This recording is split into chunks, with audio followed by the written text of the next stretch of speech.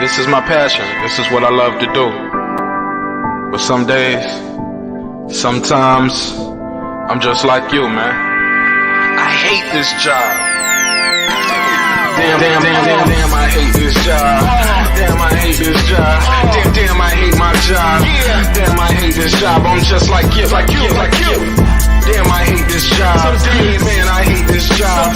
Man, I hate my job. From a good dream I wake, sun rays on my face, planning out my day, hoping this ain't the one that I catch a case. I feel so good, I feel so straight. My manager keep calling me saying, hurry up, you late. Hurry up, you late. Off. Y'all, man, I hate this job. Man, I hate this job. Been trying to play it cool, but it's hard to play it off. I've been hanging on to this bullshit, cause my car still ain't paid off. I know I'm on my way up, my boy just got laid off, so y'all, man, I hate this job. Man, I hate this job. These hoes here so ratchet, these niggas here so sneaky. Y'all don't even really pay enough for y'all to only pay bi-weekly. I'm trying to double up my cash, take this job, shove it up your ass. Yo, man, I hate this job. Sometimes I wanna say, walk in and slap my boss. This shit is getting hard. Damn, I hate this job. Gotta make it out of this struggle, bruh. And I don't really mean to take it out on you. You just a customer, but damn, I hate this job. Damn, I hate my job. Damn, I hate this job. Damn, I hate my job. Damn, I hate this job. Damn, I hate this job. Damn, I hate my job. Damn, I hate this job. We're the reason why your stockholders always stay afloat. Yet I'm asking, are they hiring? Like everywhere I go, schedule will say 9, but I think it's fine if I clock in at 9:04. I work 40 hours a week plus overtime just to be bro. So y'all, man, I hate this job. Hate that I applied. So much has transpired since the day that I was high. Told me I could advance, but you were telling me lies. Gotta give your notice before I quit, but you don't say shit right before I'm fired. Damn, man, I hate this job. Sometimes I wanna say, walk in and slap my boss. This shit is getting hard. Damn, I hate this job. Gotta make it out of this struggle, bruh. And I don't really mean to take it out on you. You just a customer, but damn, I hate this job. Damn, I hate my job. Damn, I hate this job. Damn, I hate my job. Damn, I hate this job. Damn, I hate this job. Damn, I hate my job. Damn, I hate this job. You and your procedures, you and your protocol, you and your policies, none of that shit don't apply to me. You and your quotas, you and your standards, you and your 2 sick days a year. Y'all niggas bananas. Wonder why the postman's posted with hammers, going postal with Popo on camera. His wage got him enraged, stressed out, it's hard to maintain. He flips the middle, grabs his. He said, if you don't get the picture, I quit, you ain't shit, mother. Man, I hate this job. Sometimes I wanna say, walk in and slap my boss. This shit is getting hard. Damn, I hate this job. Gotta make it out of this struggle, bruh. And I don't really mean to take it out on you. You just a customer, but damn, I hate this job. Damn, I hate my job. Damn, I hate this job. Damn, I hate my job. Damn, I hate this job. Damn, I hate this job. Damn, I hate my job. Damn, I hate this job. Look, man, I hate this job. I put my pants on one leg at a time, just like you. I'm out here trying to take care of my family. Damn, I hate this job. It's not always glamorous, for real, but I do what I gotta do for me and mine, you know? Damn, I hate this job. Damn, I hate my job. Damn, I hate this job. Damn, I hate my job. Damn, I hate this job. Damn, I hate this job. Damn, I hate my job. Damn, I hate this job. Damn, I hate this job. Damn, I hate this job. Damn, I hate my job. Damn, I hate this job. I'm just like you, nigga. Damn, I hate this job. Man, I hate this job. Man, I hate my job.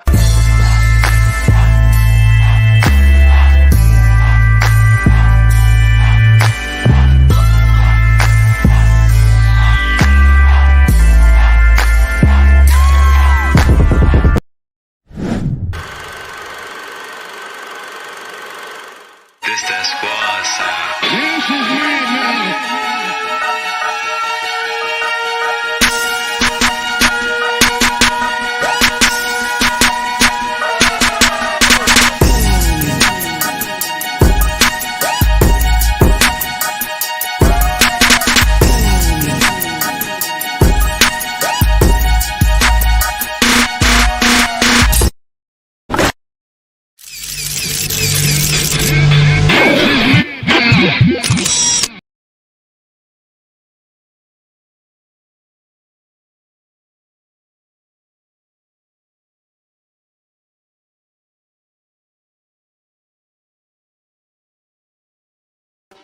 Check 1 2 1 2 1 2. Yeah.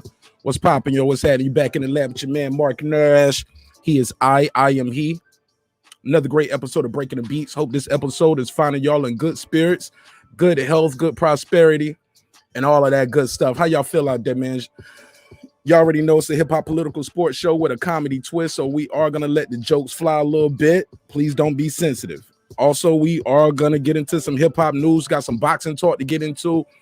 A lot going on this episode, man. Jam-packed episode. We're going to try to get all of these things off and more. Let me put the topics on the screen right now. Basically, man, for sure. My man Twine, he said, man, the intro exactly how I felt. That's why I quit. Stressful job, ain't it? I feel you. Hey, it kind of rhyme right there. You getting your bars off? That's exactly how I felt. That's why I quit. A stressful job ain't it. Bars. I get you. Yeah, we're gonna see how this sound. Let's see how this sound over there. Yeah, it ain't coming through the sound over here, but all right, so we was trying something different with the soundboard. But yeah, shout out to Twine, Titus, Regular Guy, Morris Brown, James St. Patrick, that guy Eclipse, all of y'all. So these are the topics we're gonna get into today. I gotta know, who do you guys think is gonna win this versus between DIPSET and the LOX? The LOX versus the Dips. That's gonna be a hard one. I'm gonna reserve my opinion to after I hear what other people gotta say. Let the debate begin on that. Also, we got an undisputed fight coming up this weekend. Do you care? I don't really hear a lot of people talking about it. I do not hear a lot of people talking about this undisputed match between Castano from Argentina and Jamel Charlo. Why is that? Why are you guys ain't really talking about that? I hear some of the hardcore fans talking about it, but for the most part, though, it's no light on this like for Fury and Wilder. Even though I get it, that was a trilogy. But even the Wilder versus AJ, I heard a lot of guys excited about that. Nobody's really talking about this undisputed too much. Is it because we think Jamel is just gonna wash him? Is that possible? That we just think Jamel is gonna wash him? My boy, that guy Eclipse said he got the LOX. Also, we're gonna get into that. We're definitely gonna get into some hip-hop news, some boxing news. But we do have some bad news, guys. We do have some unfortunate news. We lost another one of our brothers in this hip-hop thing, man. Truly unfortunate, truly sad. Rest in peace to Biz Markie. Rest in peace, rest in power, rest in paradise, my brother. Definitely a sad story right there. We'll talk about that a little bit more. Also, what else did we have on the docket? What else was on the docket today? Oh, Gary Russell Jr. What's up, Shawty? Yo, Gary Russell said Shawty can't fuck with me, yo. He said Tank. He said the fight he did with Tank. Let me put this on the screen. He said the fight, he said it'll sell more than him and Barrios. He said I don't even know what those numbers did, but I know if I fight him, we're gonna do bigger numbers than that. Want to know what y'all think of that? Do y'all agree? Y'all agreed? Let me know. I'll put the number on the screen so you guys can call in. We're going to get through some of these topics, man, the best way we can. We're going to have fun doing it. Where are we start? What do y'all want to start at? Let's start here. Let's get the sad news out the way, unfortunately. All right, so as y'all know, Biz Markie has been struggling with diabetes for a while, right? It was rumors a couple months ago that he actually had passed away. He wasn't passed away, but he was in a diabetic coma. From that, I believe he had a stroke. Man, the Biz, what can I say? He was crowned often the clown prince of hip hop. I don't know if y'all remember, She Says Just a Friend. He had the big wig on at the piano. He had a very unique style of his own, the way he mixed the comedy into his videos, and also the beatboxing, man, the weird sounds. Shout out to Biz Markie. Rest in paradise, brother. Y'all let me know in the chat too. What's your favorite Biz Markie record? Y'all got one that y'all, it was like, yo, that was the one for me. You already know. Just a Friend for me is probably gonna be it. Oh, the Vapors. I forgot about the Vapors. Yes, the Vapors. Forgot about that one, but I think it's gonna be Just a Friend. For me, it's gonna be probably Just a Friend. I remember seeing Biz Markie at the what was that movie, man? He was in Space Jam, right? And not Space Jam. What was the movie? The alien movie. What the other? Men in Black. I remember seeing him in Men in Black. And I thought he did his thing in there. It was a short role, but he did his thing. He got his bars off. Just a Friend, the Vapors. Yeah, Just a Friend is gonna be the one for me, Twan. We're just kicking it right now. We go through these topics, waiting for the room to populate, waiting for everybody to get in here. I started on time today. Took a nice nap, nice long nap. But earlier today, I saw Space Jam for the first time. The new Space Jam with LeBron James. Anybody out there seen that one? Let me know. It's on HBO Max. It's in theaters, but if you got HBO Max, you can watch it pretty much on HBO Max. Let me say this, man. I want to know what y'all think of it. First of all, has anybody out there other than me seen the new Space Jam? Let me know in the chat if you've seen it. Because here's the deal, man. I should have had this loaded up already. I'm going to tell y'all about this guy, LeBron James, yo. Matter of fact, let's take it back a little bit further. I don't know. I know they say God created the earth, right? In 6 days, and he rested on the 7th. I don't know if we can prove that or not, but what I'm going to tell you is he might have made the earth in 1 day and spent the other 5 days making LeBron James. That boy is a monster. Monster on the court, acting, producing, putting things together. He executive produced 2 Chainz album. Look, on December 30th, 1984, to us a king was born, to Gloria James, and she named him LeBron. That boy good, man. That boy good. I love LeBron James' performance. Now, some of his scenes in there lead it more to be desired. I get it. But for the most part, LeBron James, hell of a performance in that movie. And I like how they put it together where it was like, it was drawn cartoons and they switched it to like the 3D animation cartoons. Look, if you haven't seen the movie yet, I don't want to spoil it because it did just drop today. But it is some guest stars in there that you're going to be like, oh, I didn't see that coming. Shout out to my boy Dame. Got Dame Lillard in there, so I was sold off that. AD is in the movie. It's a lot of stars in the movie. Hell of a movie. God Body Sports. Y'all make sure y'all subscribe to God Body Sports. Good dude right here. Good dude. Great content over there, God Body Sports. I rock with him. He said, salute. I wipe your feet at the door.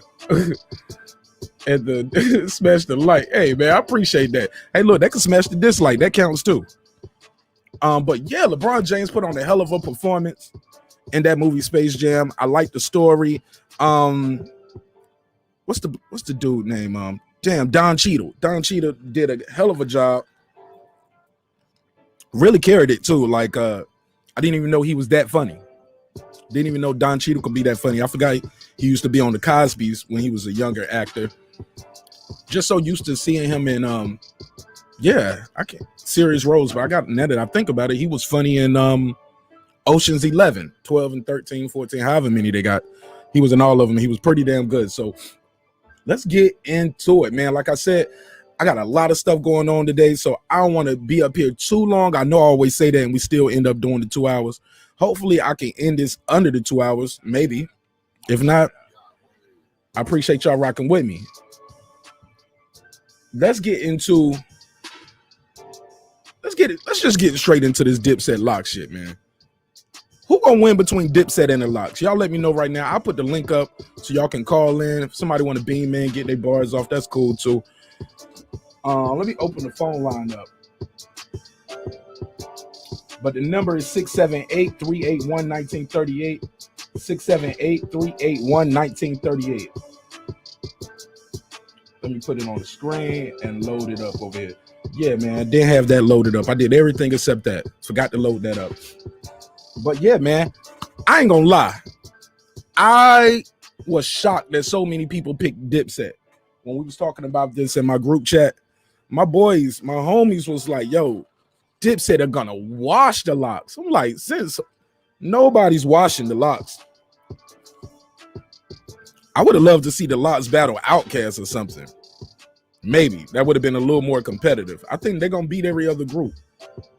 That's my opinion. I could be wrong, but I'll put the number on the screen, and y'all can tell me. Y'all can call in and tell me what y'all think. Because here's the deal: what can Dipset play when the LOX play that Last Days featuring the joint they got with Biggie, or the Money Power Respect with DMX? Cheat Code.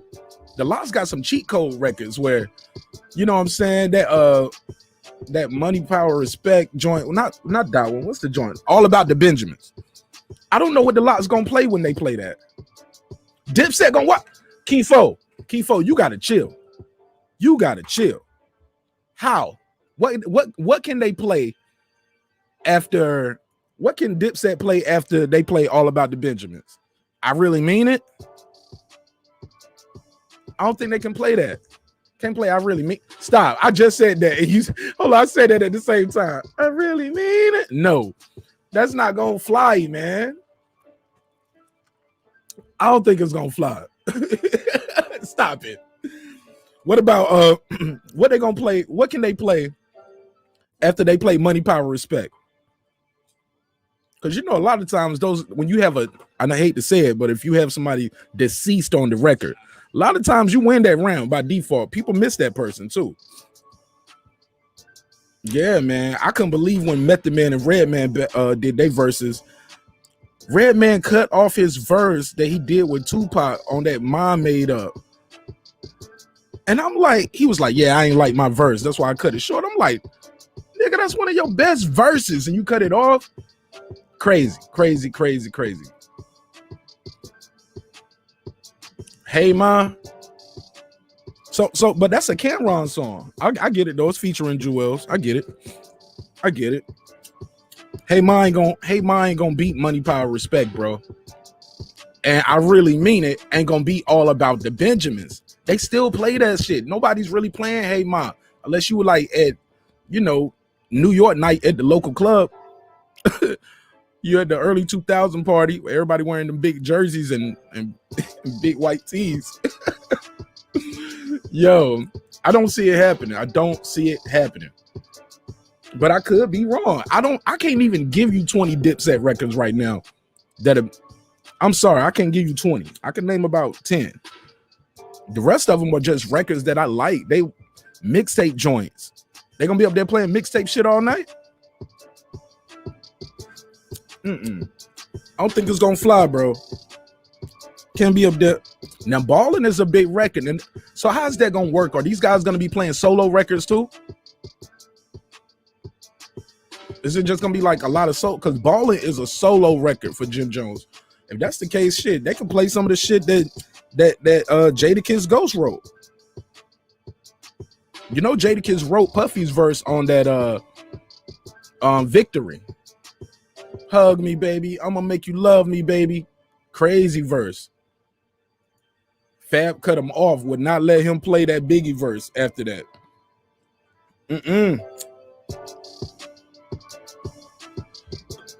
I don't see it. I love you. I love you too, Twan. You my bro. Got love for you. I'm joking. I know what you meant. Ha. Hey, Twan, it's just a little jokey joke. Let me give you the drop on that one. That man said, I love you. Hey, Twan, strong words, but I get it. I feel you, and I appreciate it. Thank you. That nigga said, I love you.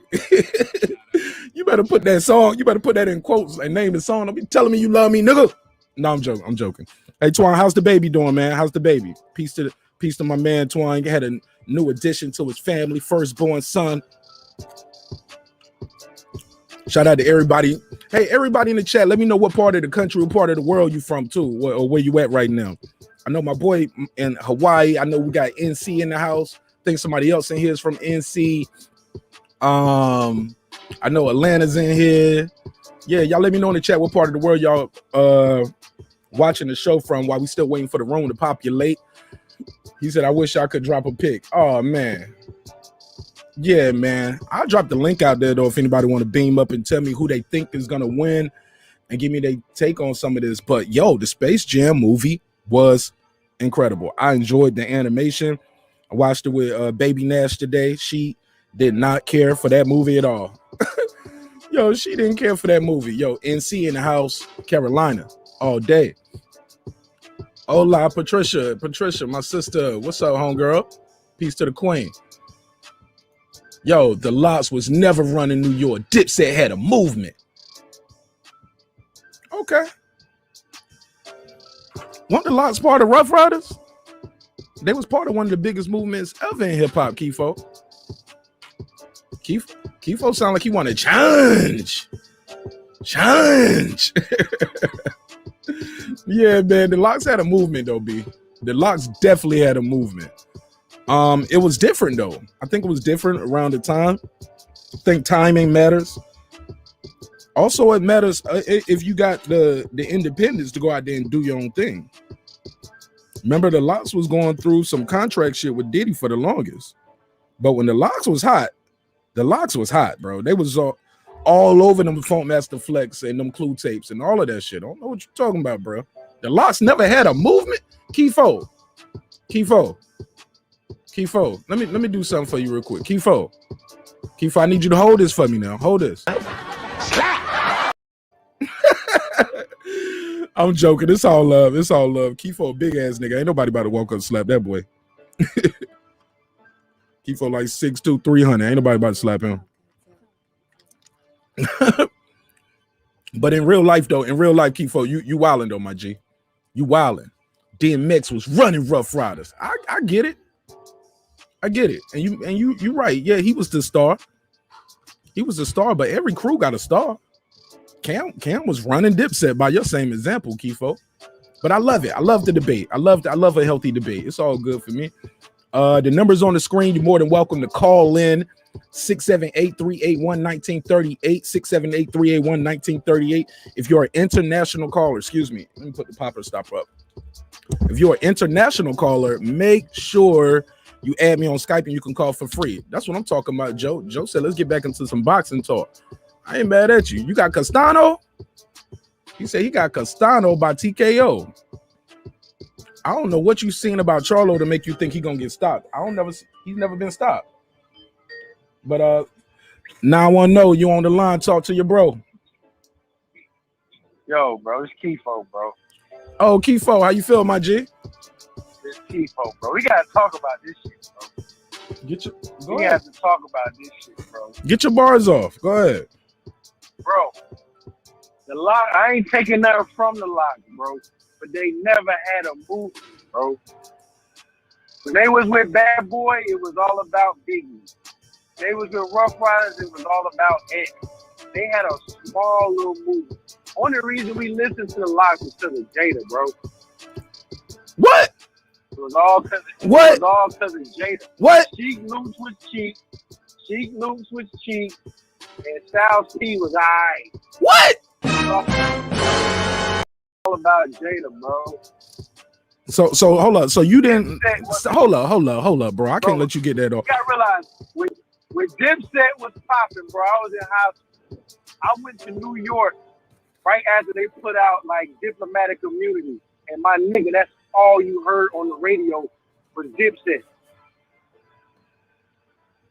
Go ahead, I'm listening. And then look how many other niggas they had. Jimmy was popping. He had big songs.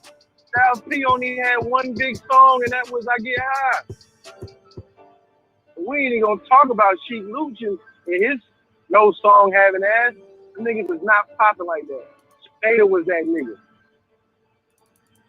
I would have liked to see G Unit and Dipset. I felt like that would have been a better battle. You tripping, bro. You tripping, bro. Dipset is gonna watch him, bro. They're gonna watch him, bro. How? I had the LOX first album. I had the LOX second album. They only had like 3 or 4 songs on them. You would listen to Jada's verse on all the other songs and you turn them shit off. Bro, you got to put some respect on Styles. You know Styles P can get up there and do that I Think I'm Big Meat song, right? You know he's on that record. Right. Killing it. True indeed. But that's a big record.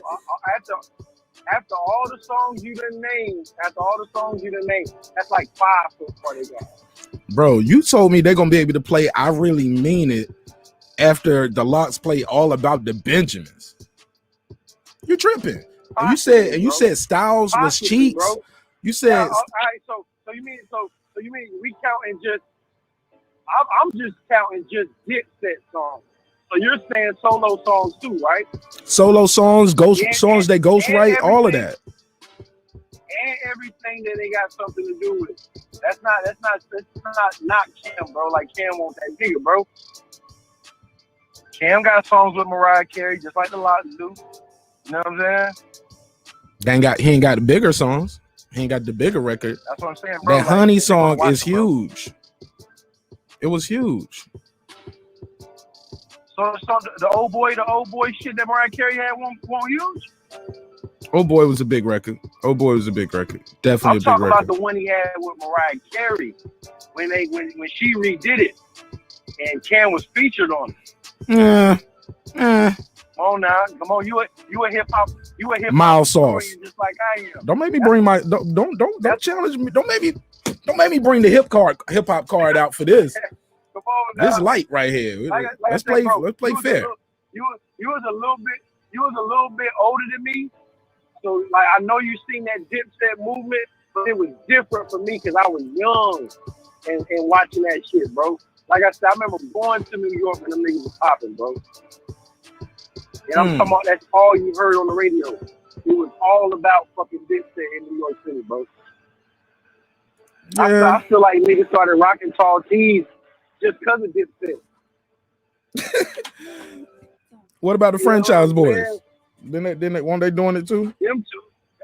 They were popping too, bro. But like I said, man, them niggas had that shit popping in 03. In 03, my nigga. We talking about 03. That was still Jay-Z era, though. That was still Jay-Z's era. Nobody wasn't doing what Hov was doing. Kifo B-Man. We ain't talking about them. Kifo, I got the link in the description, man. I'm gonna need you to beam in and join the panel, bro. If you want to go this, you want to really have this conversation. I don't want no smoke with you, bro. Oh no. It ain't no smoke. It ain't no smoke. But I just think your audio would sound better. That's the only reason I want no smoke. No. I think your audio would sound better. Hey, I'm human. I make mistakes. I'm driving, man. Okay, it's cool. But look, say. I'm on the way to the crib. When I get to the crib, I'm gonna join you. Sure. You're more than welcome to beam in, bro. You're more than welcome to beam in because you ain't beamed in a minute. I'm gonna beam in right when I get to the crib. All right, no problem, man. No problem. That's our man on the street right there in Carolina. My man Kifo Smitty. Kifo. Fed Nam, baby. That boy in the Nam right there holding it down in a major way. Joe, he said, Joe said, yo, y'all remember Vanilla Ice? He was lit. He was lit though. Joe, I know you might be joking or trolling, but Vanilla Ice was that dude, bro. Remember he was coming after Hammer. They had him in Pepsi commercials. He was in that Ninja Turtle movie. Y'all remember that? Go Ninja, go Ninja, go. Yeah, Vanilla Ice was lit. I get it. He was lit. But I don't think nobody checking for Vanilla Ice for no kind of verses, bro. Nobody is checking for him. If somebody was to call Swiss and Timberland saying, hey, let me get Vanilla Ice in a verses, you know what they're gonna say? Silence. Don't nobody want to see Vanilla Ice in no damn verses. Who he gonna battle? Anybody against Vanilla Ice is gonna look like. Sit your $5 ass down before You already know. On God. Oh God, Ice Ice Baby was a big yo. The Go Ninja joint. See, y'all remember it. Y'all remember it. It was a good record. So yeah, if you just tuning in, smash the like, man. We talking about we remembering our brother Biz Markie. We definitely want to remember him. And y'all let me know in the chat what's one of your favorite Biz Markie records. Also, what else we talking about? Let me know who you think is going to win this LOX versus DIPSET versus coming up. Is this a good matchup? Also, Gary Russell Jr. said he will sell more with Tank versus than what Tank did against Barrios. He said that won't nothing. Also, we got this undisputed match this Saturday. I don't hear nobody really making no noise and talking about it. It's like the boxing fans don't even really care too much about undisputed. Is it because y'all just think Charlo's gonna wash him? Is that why we're not hearing too much about it? So we're gonna talk about all these things and more. Like I said, the room is still populating. Shout out to everybody who's beaming in from wherever they calling from. Let me know in the chat what part of the world you are calling from. In the meantime, in between time, got my guy, that guy, Eclipse, just pulled up, man. Welcome home, bro. How you feel? Oh man, feeling blessed, man. Feeling blessed, man. How you doing? How's everybody? Peace of the world, peace of the Nash family, Nash Nation. We out here. Yeah. Hold up, though. Nigga, you got the tablecloth on your head? Nah, man. Stop it, man. Stop this it. This nigga man. got the damn curtains wrapped on his forehead. Man, take them curtains off your head, man. I know curtains. I know you ain't talking with that rusty. He got a rusty bucket over his hairline. Gonna sit there and call my curtain. Oh, you getting your jokes off? Okay. Hey, look, the dude got the damn bounty quicker picker upper wrapped around his damn head. Man, if you don't take that damn dish rag off your forehead, man, what the hell going on? Oh man, you know me, man. I'm out here, man. I'm auditioning for Kazam. Challenge. Hey, look, but so in the meantime, we got Nick Cannon's stunt double up here. Hey, talk to us about. Wow, Nick Cannon's stunt double. Oh wow, that is classy. Check you out. Look at man, you. we having fun, man. We having fun. Just little jokes. I like it. Hey, look, man. Start off here, man. Rest in peace to Biz Markie. Talk to me about one of your fondest memories that you had of the brother when you think back to his catalog. When I think back to Biz Markie's catalog, I'm gonna age myself right now. All right. When they gave us the false flag. No. You wearing your mama's head wrap is what's gonna age yourself. This is the same stuff I was wearing when I went to high school with Jesus. Okay, now come on. You know what I'm saying? Now this was fresh in Galilee. You leave, I'm Galilee fresh. Nigga, that's Jesus Shuttlesworth. You didn't. That wasn't even real Jesus. That was just Jesus. But this dude got on the damn pillowcase wrapped around his head. Okay, go ahead. We having fun though. I can joke with Mike. He can take a joke. And speaking about having fun, man, rest in peace, because like Biz was all about fun. I remember Biz Markie because I was a huge Big Daddy Kane fan. Big Daddy Kane was my nigga, and if anyone knows the hip hop history, Biz Markie was part of that original crew. But you know what I'm saying? That's why in the Vapors he's talking about his crew. He talks about the DJ. He talks about Big Daddy Kane in the second verse, and then the third verse is about him.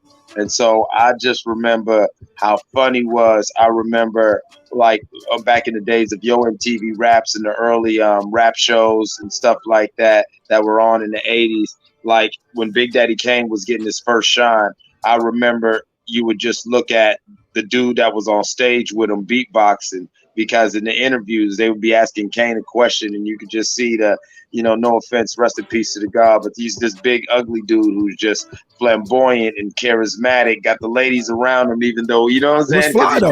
He was fly back then. Like, oh my God, who is this? Fresh kicks, the jewels on. He was funny. Right, exactly. To where it would be like, who is this? To where when he finally started with his solo career and stuff like that, it was like, I'll never forget I'm stupid young, and I'll never forget like, yo, I want this album.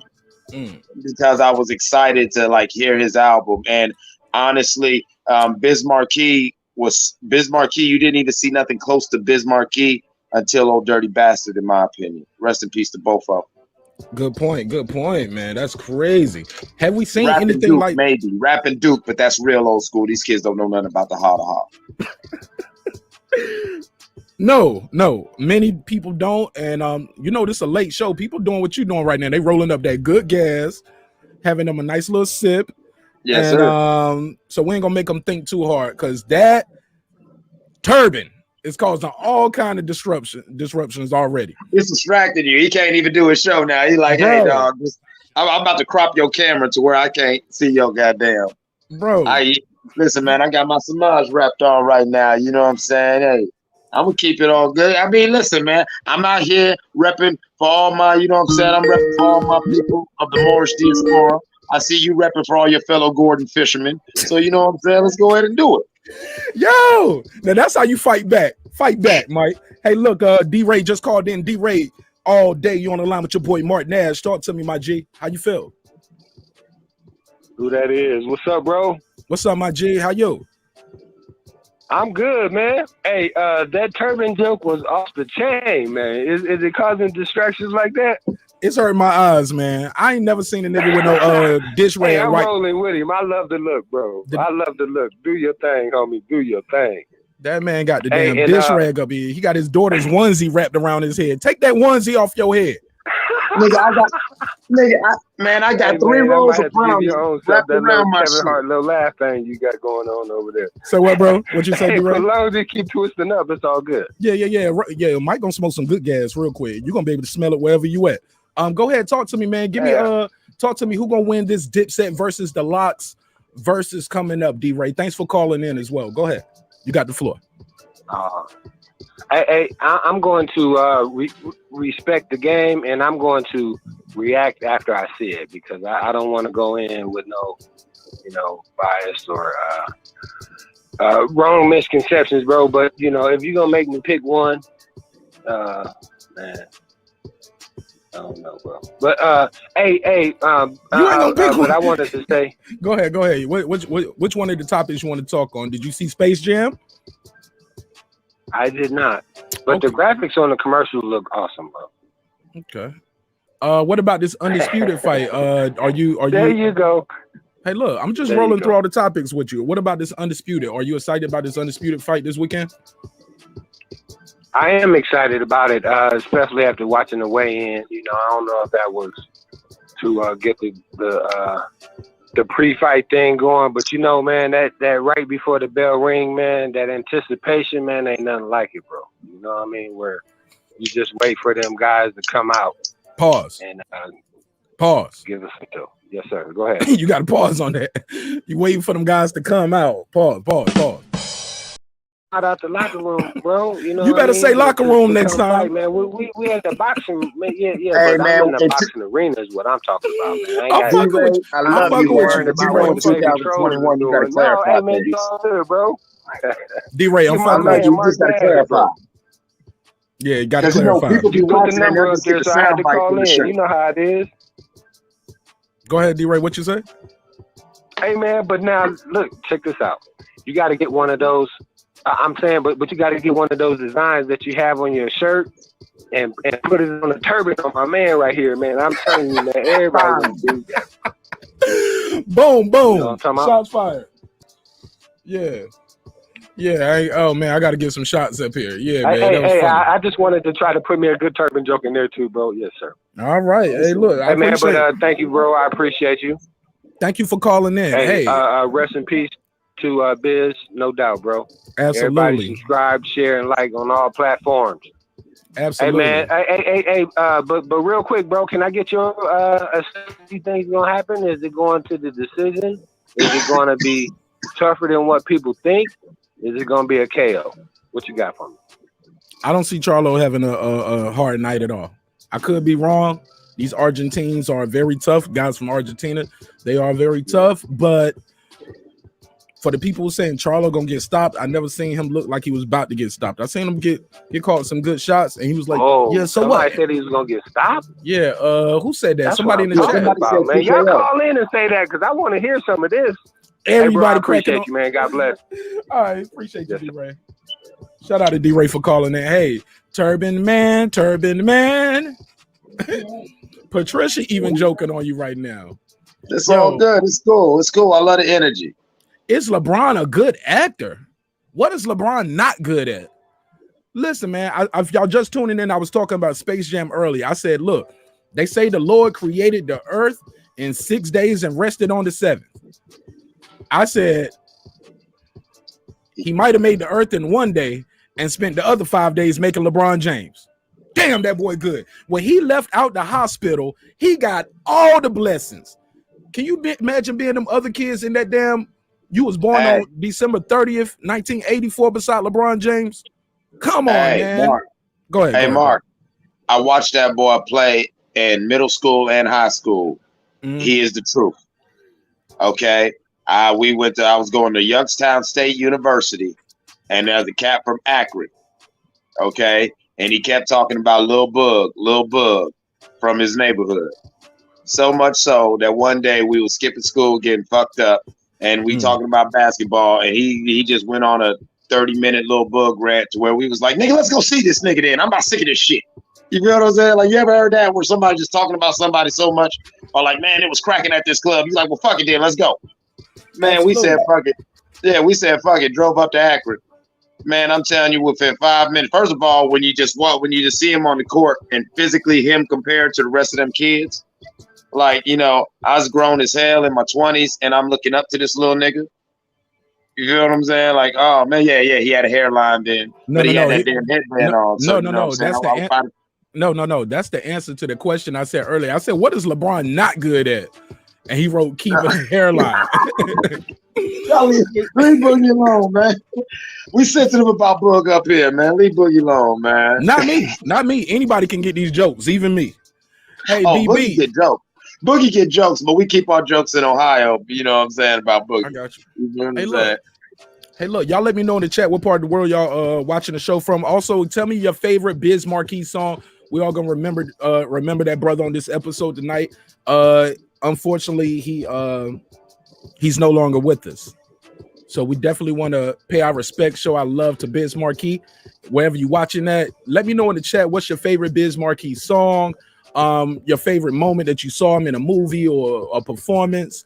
Also, let me know who's going to win this battle, the LOX versus the DIPSET.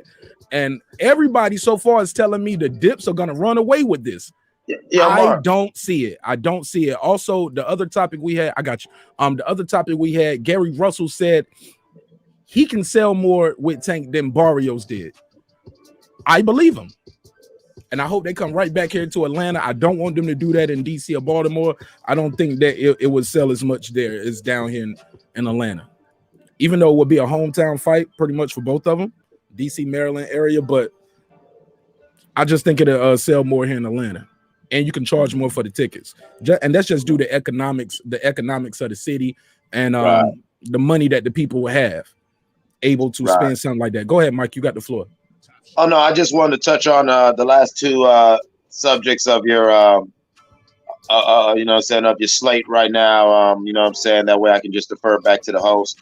You're 100% right about that Gary Russell Jr. and Tank. That's work that we need. That's work that we definitely want.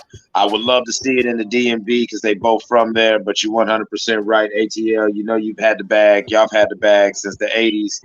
People didn't even start understanding y'all had the bag to the late 90s. You know what I'm saying? And y'all still got the bag. I'm trying to tell you, it's collected interest. You know what I'm saying? So I get it. I'm an ATL transplant, though. I can't even cap. I'm not born and raised down here. I moved down here, as an adult. But that's why ATL has the bag. I ain't leaving though. That's why ATL has the bag. It's like Black Mecca. Everybody, when a dude shoots somebody and goes on a run, he goes to ATL. When a dude gets rich, he goes to ATL. When a dude just wants to go make some music, he goes to ATL. A chick stripping, she want to get money, she go to ATL. You want to cut hair, you go to ATL. You can't be black in America without having to check in the ATL at some time. And this is from an Ohio dude, but I'm just telling you, it's a weird thing. I don't know what y'all got going on. It's the chicken wings, man. It's only the hot wings. Only the hot wings. And they want to go visit Tyler Perry Studio. That's all they're coming down for. Hot wings, Tyler Perry Studio, and Magic City. And I'm like, bro, Magic City is about the size of this damn room right here, bro. And this, but it got the name though. It got the name. So many people done rapped about it. They done said it. They done, you know, people rapped along and have been saying it for 50 years to where they're like, listen, now I just got to see it myself. That's like Bob Marley's house in Jamaica. Like, really, that's a shack. You know what I'm saying? But exactly, you know, it was Bob Marley's house.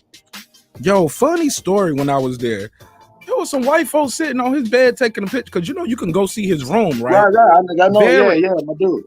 Very modest, very modest. And while we was there, these white folks were sitting on the bed taking a picture. And somebody came in there and said, please don't sit on his bed. Please don't sit on anything. Don't touch anything. You can walk through, look, take pictures, but don't sit on anything.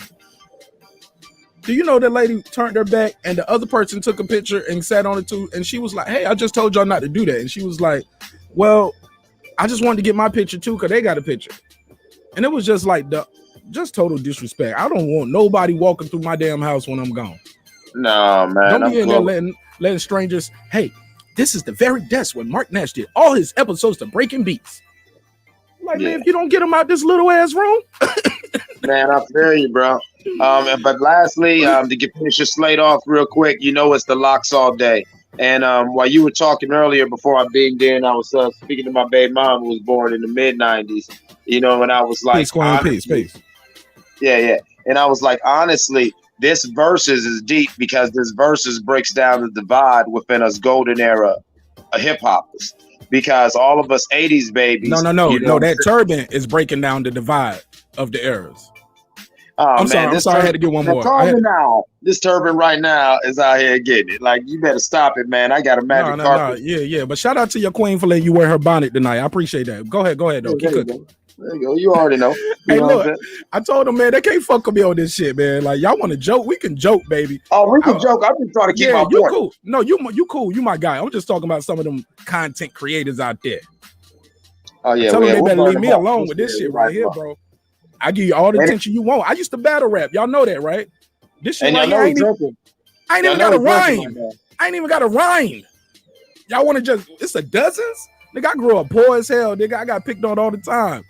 Oh, man, we can joke. Nigga, I'm going to use some of them old jokes that JT used to joke on me with back in the day. Yeah, like, oh, that's a still good one. Let me remix that one. Yeah, man, exactly. Hey, nobody else ain't heard it before. Oh, yeah. Oh, no, everybody on the bus heard it, though. But go ahead. Yeah, though. Back to my point. But like the LOX, if you think about it, the LOX, they are that, like I said in the chat, they're that transition to that post-Biggie era. And so, like, all of us who are old enough to remember when the LOX first came around, we saw by the time DIPSET, you know, for people born in the mid and late 90s, their group was DIPSET, the G Units. But by the time DIPSET and G Unit came around for a cat my age, born in the 80s, I had already seen you Wu-Tangs. I already seen, you know what I'm saying, the LOX. I already seen Master P. I already seen these crews to where, yeah, they think that the DIPSET movement and they think that the G Unit movement was just heavy, and it was heavy. I'm not discarding it. It's just like, yes, just if you're just 5 to 10 years older, trust me, you've seen it before 4 or 5 times to where, yeah, in our opinion, you know what I'm saying, we're just going off of strictly the music, not just the movement, because like you said, the LOX were the Rough Riders. Yes, DMX was a brand new star, but having these seasoned veterans like the LOX with him is what cemented DMX's legitimacy to form the rest of the, and that took care of the rest of the Rough Riders. Now DNY can introduce all these other new artists like Eve and Drag On, because you know that's a solid camp, just because the LOX and the new hot cat DMX. That alone makes it. What you think of my boy Kifo when he called in? He said the LOX never had a movement. He doesn't understand. He wasn't old enough. I'm not trying to dish you, Kifo. You wasn't older. Like I was just saying, this is the divide between the golden era. Because feel me, Mark. If no. I want you to. I'm sorry. I was gonna get one more off real quick. Go one time. Go ahead. I'll save it. It was a good one though. I'll save it. We're gonna keep letting these fly. Do not take the turban off. The whole time you're on the show, do not cut the camera on. That shit is material for me all night long. Keep my turban on. Don't you clown all day. My gangster turban. That nigga wearing his daughter's onesie wrapped around his head. I love it though, but keep going. Man, I used that one already. I used that right now. But for real, a difference of 5, maybe just 6, 10 years. these people don't have no idea, because by the time they were born, yeah, the LOX are these successful rappers and they're old enough to get hip to things. They're successful rappers and blah, blah, blah. They don't understand that when the LOX first came out and the LOX first started doing their thing before their solo album, all right, the LOX first really, most people really got a chance outside of New York to really sit and listen to them three on Puff Daddy's No Way Out. You want to talk about a movement? Puff Daddy's No Way Out right after Biggie died. Jada wrote most of that album too. You know that, right? Mm-hmm.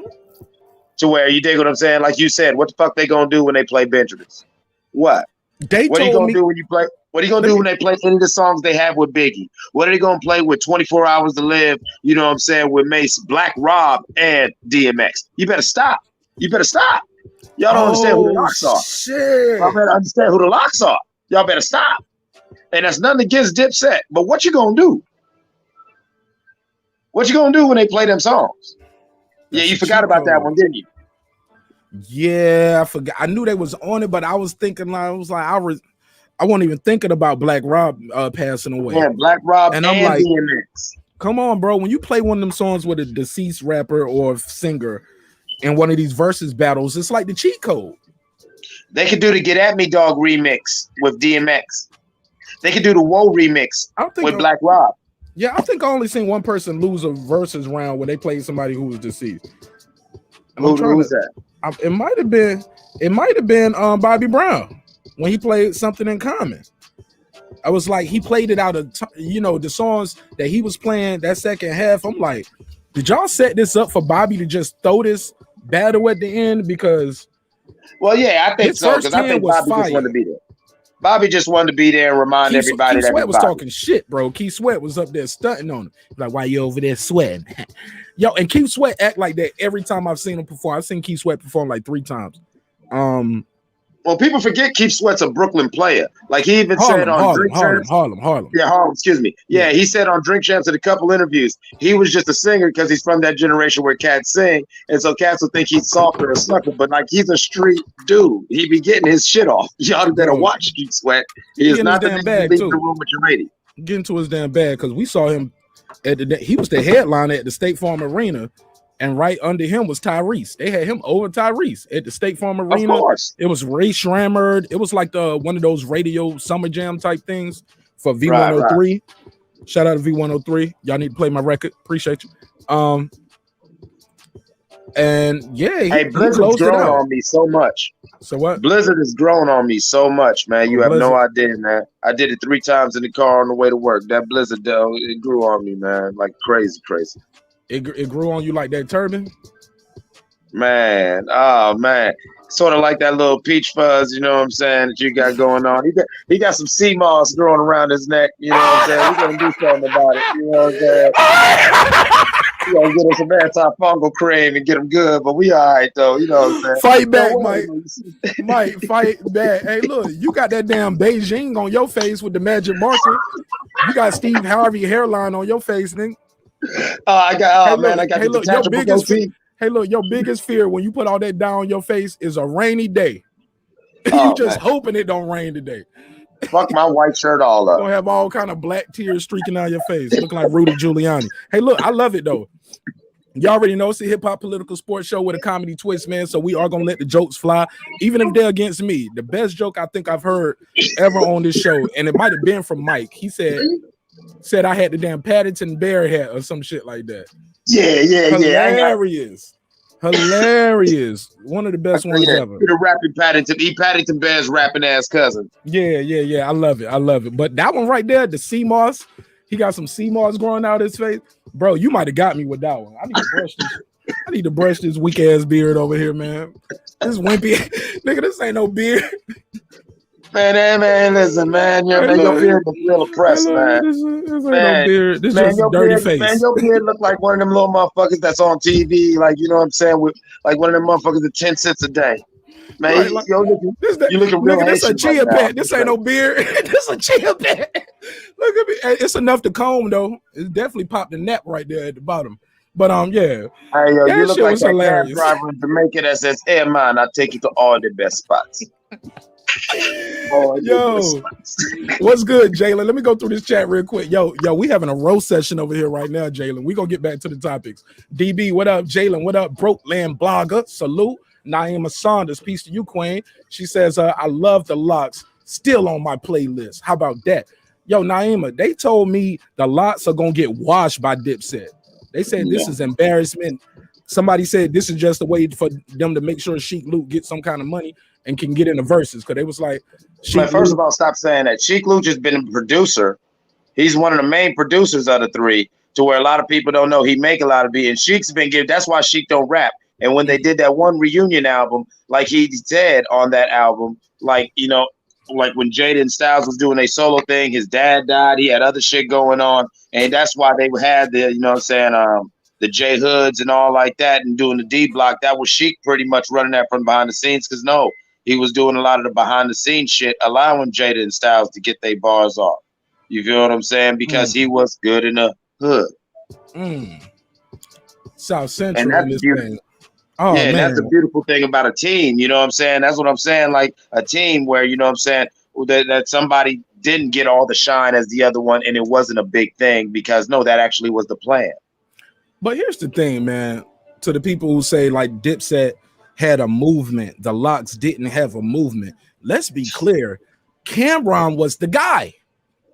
See, what people forget back then, like how homeboy was talking when my boy Kifo called in, and you could call in. Anybody want to call in? 678-381-1938, 678-381-1938. If you are calling from overseas, add me on Skype. You can call for free. My name on Skype is Marq Nash. Look, Kifo said Sheik was cheats and he was ass cheats, and he was like, nobody listened to the LOX. They were just skipping through for Jada verses. Bro, sometimes, bro, I remember when Styles P and Jada going back and forth was the biggest shit ever. You wasn't just skip, and we knew Jada parts and we knew Styles parts. But let's be clear, when Dipset was first getting popping, I recall people didn't like Jimmy. And I recall people were saying Cam was trash because he was getting computers putin'. Remember that? And Rudy Pooty. Everybody thought I got a brown whip to color you who I'm the shit. Call me Pepe the Poo Poo. Come on, man. Hold on. Let me cook this bird up, and I'm gonna set the table, and I want all of y'all to eat a plate. And y'all tell me if I'm wrong or if I'm cooking this up wrong. When you talk about Dipset had a movement, let's be clear. Cameron was the movement. Walking out in pink furs and damn pink the damn pink Range Rover. He had lost all this weight. So he just looked different. He didn't have a round face no more. He had more of a box face. He was dressing different. He was rapping slower. He wasn't doing that front of back. I come at that. He wasn't rapping like he was on Confessions of Fire. Because he came and got it in Ohio, and we told him to slow it down. Yeah. I give you credit for that. But Cameron had a slower flow. It was easier to understand. Some people thought it was cool, but for the most part, the consensus was this kid, Joel Santana, is next. He's a monster. He's a beast. Jimmy's trash. Freaky Zeke was trash. And that's what I heard. I ain't saying they trash because, like I said, I was on a whole nother wave doing at that time. I would listen to it, but for the most part, I was just so much in what I was doing or either Jay-Z. How about that? Keep it a buck. I was focused on Hove. Who else was hot at that time? Yeah, I'm just talking about when Cam came back. When Cam came back with this, I like that, and I bought that album. I bought the physical. But I'm gonna say this, man. At the end of the day, when you talk about that that Dipset movement, it was the fashion, it was the clothes, it was just the way they walked around, how deep they was. Pause. You know what I'm saying? But far as bars, nobody was checking for no Freaky Zeke. Nobody was checking for Hell Rel like that. Nobody was really checking for Jimmy. It was all about Cam and Jewels, in my opinion, the way I remember. But you know, history, let me land this plane and I'll pass the mic. You know, history is all about too where you're at, because a lot of us weren't on the internet back then. It did exist, but it wasn't heavy like it is now. So it's all about what they was playing in your city, what your radio was playing. I get it, what clubs you was going to, but let's be clear. I never heard nobody talk about how great Jimmy was until now. But with that said, I digress. I pass the mic around. No, but Mark, I'm just with you, and that goes back to what I said is that divide between Generation X and Generation and Millennials. You know what I'm saying? Those who were born in the mid '90s and onward, as far as born behind. We were already old enough to remember shit. You know what I'm saying? By 95, 97. The one critique you could give to the LOX, because they are some of the best bars in all of hip hop versus, is that their choruses weren't always the best choruses. No, they weren't. And these younger people love the chorus. You feel what I'm saying? Now, DIPSET, like you said, it was a movement in the sense of fashion, the catchy stuff. You feel what I'm saying? Get 'em, girl. You know what I'm saying? Just things where it was a real dope beat where cats was just, you know what I'm saying, it's something that people would chant. But instead of being some Southern dudes doing a call and response, it was New York dudes flowing. That was kind of different. Good point. Let's pass it around. The boxing section. I see. Is this Cam and Kyle, or is this you up here twice? Which one is it? That's me up here twice, man. All right, so I'm gonna close the other one out. Yeah. All right, go ahead. You got the floor. Man. Salute to my guys, man. What's up with y'all, man? Y'all doing real quick? All right. So, hey, look, we got dish rag Dan right here. Got that damn dish rag on his head. What you think? What you think of his new look? New look, man. What you mean new look? It's a judge-free environment, but hey, yo, hey, look, hey, hold on. No, it ain't no judge-free environment. We're gonna get these damn jokes off. Might look like somebody auntie on the way to the laundromat right now. Somebody auntie wearing that same scarf on the way to the laundromat right now. He looked like Malcolm X out there jogging in the rain. Hold on. Let me let Kyle talk, and then we'll get back to these jokes. Go ahead, Kyle. You got the floor. Yeah. You had better jokes on my show. But anyway, because I got a better clown to look at. But I'm glad you pulled up. Oh, bang, nigga, you can't fuck with me, man. Let's go. Let's go. Okay. Okay. Now listen, Mark. Let me tell you this right now, brother. Now me and you, we two funny niggas. But I've been funny my whole life. You just got funny last week when you got to Terrence Bailey. Now let me tell you this. This LOX and DIPSET battle is gonna be epic. I think this is gonna be one of the best ones. I mean, you got hit after hit on both sides. I mean, you got balling. You know what I mean? Hey, Ma, like, come on, man. We got joints. Who got the most hits, we ain't got to talk about D-Block. You know what I'm saying? We ain't got to talk about D-Block, man. I mean... Yo, but D-Block, I ain't gonna lie, though. D-Block as a crew failed. Period. I don't want to hear nothing else about it. No rebuttal, no debate. You can't say failed, though. Bro, they had one artist, J Hood, and what happened?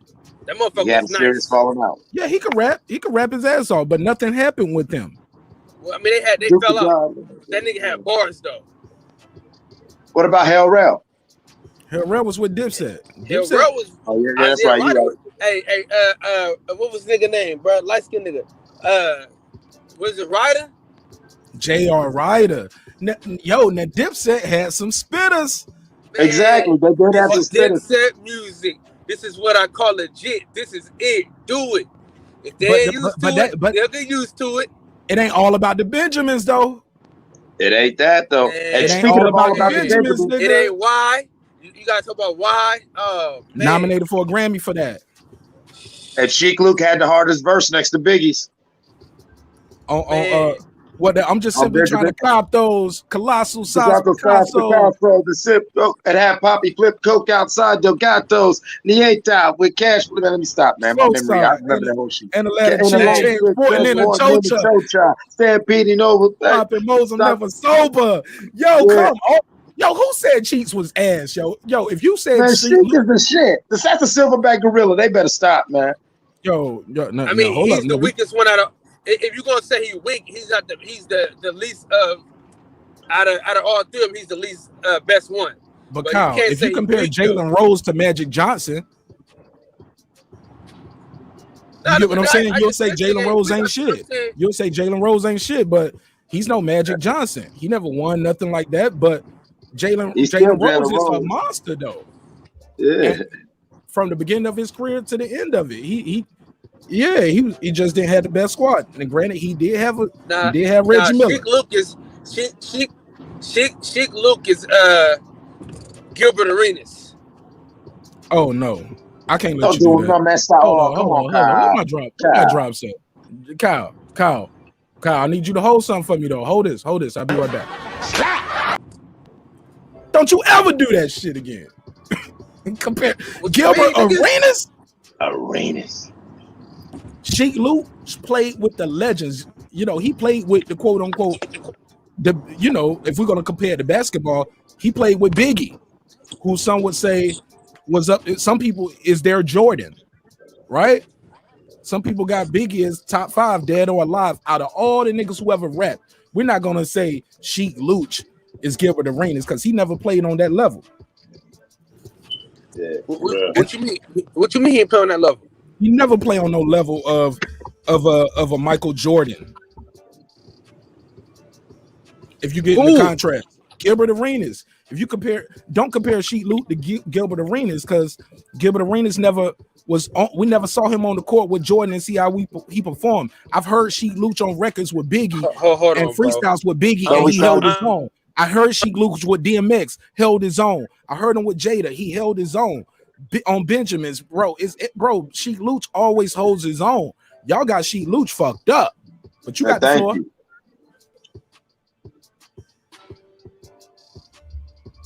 Go ahead, nigga. You got the flow. That's my pimp voice. Somebody told me I need to start talking in soft voices all the time. Say, man, you should talk more soft like this. So when you get hyped like that, niggas will know what time it is. Hit him with the Dr. Umar voice, nigga. Yo, we having too much fun over here. Hey, you need to look up. You need to look up Gilbert Arenas, though, nigga, because you bullshit. He still talk about Gilbert Arenas. That's his guy, man. Listen, he bro, probably trying to get a pass. He said LOX had a couple of hits. My buddy. Hold on, let him cook. Go ahead. I'm gonna tell you. Let him try to get his Gilbert Arenas interview. Go ahead. Listen, lobby for your interview. I'm gonna tell y'all nigga why I said Sheik Luke is Gilbert Arenas. Because he had some great years. And he's still relevant. Great years. Still relevant. He just had a bad injury.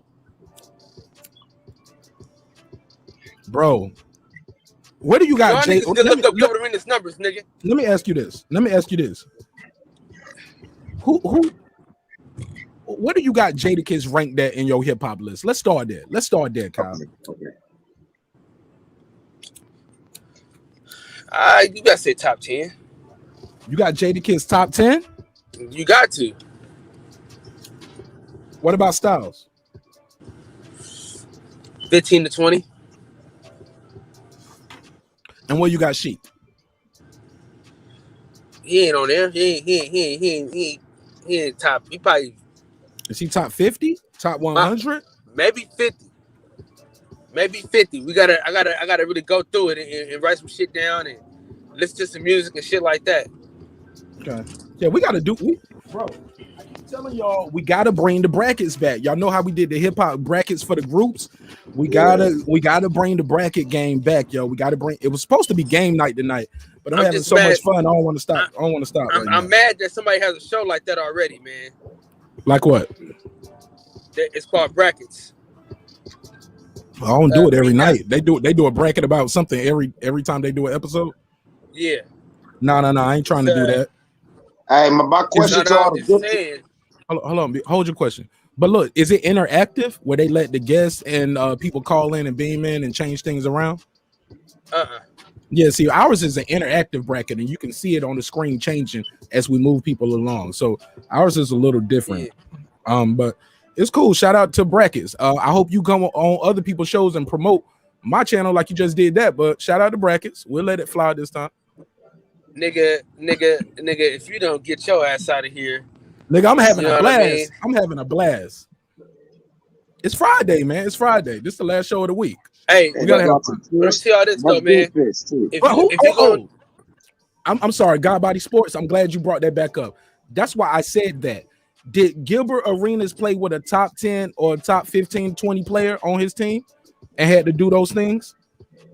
Because that's why I asked you all of that. Gilbert Arenas never played with a top 10 player of all time, top 15 of all time. So yeah, he gonna get more. No, I'm just saying for your example. Like, so of course he gonna get more shots. He gonna get more buckets. He the only star on the team. Sheik Luke had to put up buckets against Jadakiss, against Styles P. But this is what I'm telling you why I'm comparing the two, bro. Because both of them need more recognition. They both don't get enough recognition to be of how good they are. That's number one. Number two, they're really, really fucking good. You know what I'm saying? Really fucking good. And number three, neither one of them can be fucked with if they really on their A game. I'm gonna say this.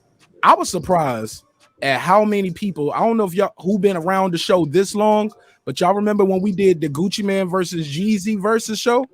If you've been on the show for a minute, that was like last year, December? You know what I'm saying? November, December.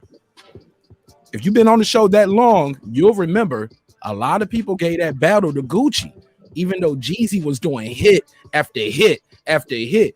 Gucci was winning rounds with street bangers on my panel and in the chat. In real time, people was like, I got to give it to him because that was just a street banger. So out of the two crews, question for the chat and for the audience, who got the most hits, who got the better freestyles, and who got the most did I say hits, freestyles, and who got the most street bangers? So that means mixtapes can go in here, Clue freestyles, ghostwriting, all of that. And I'm telling you, that Jadakiss pen is different, man. Yeah, that Jadakiss pen is different. Go ahead. You gotta split that shit in half. You gotta split that shit in half, brother. You gotta split it in half. What you mean? Because the most hits, DIPSET got the most hits. No, they don't. The best bars. Okay, bro. I'm gonna let you finish. Go ahead. You gotta share a screen. Share the fucking screen. You know what I mean? Pull up the numbers and shit. Do that. You got the shared screen, bro. I don't work for you, nigga. I do not work for you. Yes, you do, nigga. That nigga said. That nigga hit me with the Dr. Umar. Share the screen, nigga. Share the screen, motherfucker. No, nigga, it don't work that way. Yes, it do. You share your screen. Me how to do it. Hey, Nash. Hold up, Mike. Hold up, Kyle. You have the ability to share your screen, and I will put it on the screen. But you want me to search your facts that I'm telling you don't exist? Nigga, I'm on my cell phone, nigga. I'm not on the computer. Step your game up, nigga. Step your game up, nigga. Nigga, I'm gonna work from work. Nigga, here, man. See, he done had too much to drink. You know what I'm saying? He done had too much to fucking drink. No. See, y'all don't know the adversity that your boy be going through. So sometimes I go through things and I get up here with y'all and I was like, today is gonna be the day. We're gonna get our jokes off, we're gonna laugh, we're gonna have fun. And I've been reading the comments. People like these shows. I ain't got time for your bullshit today, man. Oh man, here he goes. Say that again. Say what you say? I said belly sweat, man. Niggas ain't got time for this shit today, man. What about, bitch? Be gone. That's how we get them out. No, I'm joking. I ain't do you like that. I ain't do you. You know I wouldn't talk to you like that, bro. You know these all jokes. Now you remember the last time a man. No. It was a joke, and I ain't mean no disrespect. No. It was he called you a fag, huh? Oh, and I went in for about an hour on his ass up, dog. For about an hour. Today I had time, cuz, and it was a little white boy said, "Yeah, I got time today." Oh yeah, I got time today. I'm hella mad. I can't remember what episode that was, dude. Oh my God, man! But I love Terrence Bailey Sr., man. I respect him, and I respect Frederick Douglass. It was his birthday. It was a roast. It was all jokes, but he did start it saying, "Oh, I knew that faggot motherfucker was going." I was like, "Hold on, no." He was like, "Wow, we were just playing." I said, "I'm playing with you now, because niggas don't play with me like that on this or in real life." You get what I'm saying? So it's all good. So now we joking, but the joke's about to be on you for about an hour. I got time today. My daughter's asleep. Wife in bed. Nothing to do. By myself. Real nigga. No, I'm joking. Yo, let me let this brother speak real quick, because if this is who I think it is, we about to have an even better show right now. Pat the GOAT. What up, Pat? The GOAT? Is this my Peace, guy? brother Nash. How you doing? This is my guy, Peace, DB? brother Nash. Yeah, this D. Yes, indeed. Okay, Yes, what's indeed. How up? you Talk feeling, to man? me. Talk to me. Hey, yeah, that man. says Pac the GOAT. Oh, That says Pac. Pac the GOAT, not Pac. Pac. So, Pac. you know, I yeah. thought it was Pac-Man Tay at Tupac. first. See, I thought that was Pac-Man Tay Jones. Yeah, That's why yeah. I was like, yeah, That's yeah, DB, man. That's the Yeah, yeah. professor. Absolutely. They did. What's Absolutely. up, Kyle? How you feeling, brother? Oh man, I'm feeling good, man. Hey, Right you know, on, we're man. going live tonight. We're going live tonight. We're breaking down fights tonight. So You going live as soon as I end so we can send the audience over there? Oh man, you already know how we getting down. All right, let's get it. DB, Yeah. a lot of things on the docket. Let's get it in. Pause. Yes. I'm gonna run through the topics and you can give me your opinion on them. I put the thumbnail on the Yes, sir. screen. Put the thumbnail on the screen. Gary Russell Jr. says him and Tank could sell more than him and Barrios. Also, so you want to take it one by one, or you want to roll? Yeah, we through? can. Yeah, we can do that. We could take it one by one. I gotta. You agree with Gary Russell? I'm a scatterbrain. All right, do you Man, I agree think with that's a Gary phenomenal fight.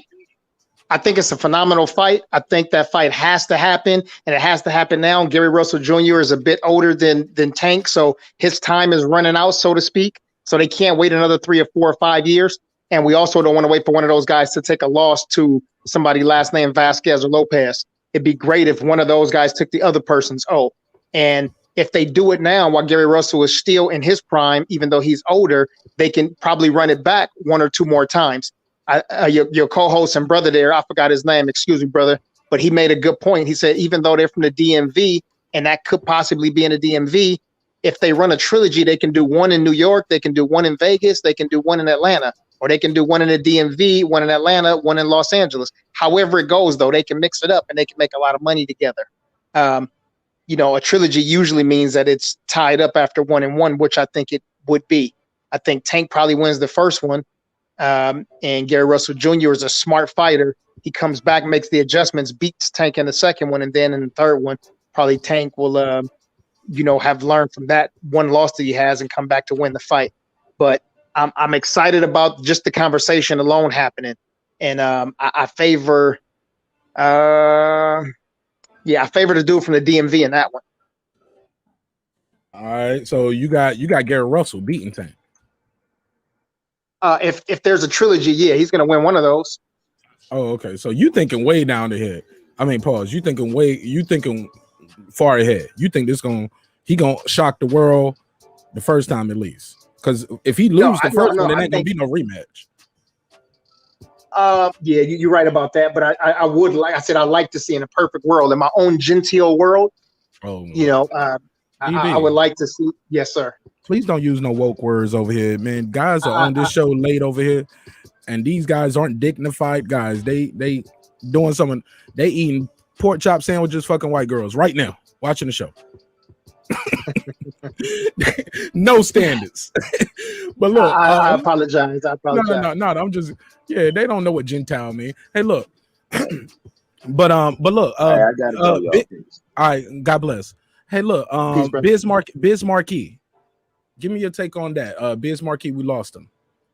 Yeah, rest in peace to the legendary Biz Markie, man. I remember as a little kid, before I even touched down on this soil right here in beautiful South Central Los Angeles, I remember hearing "Nobody Beats the Biz." I heard actually that old.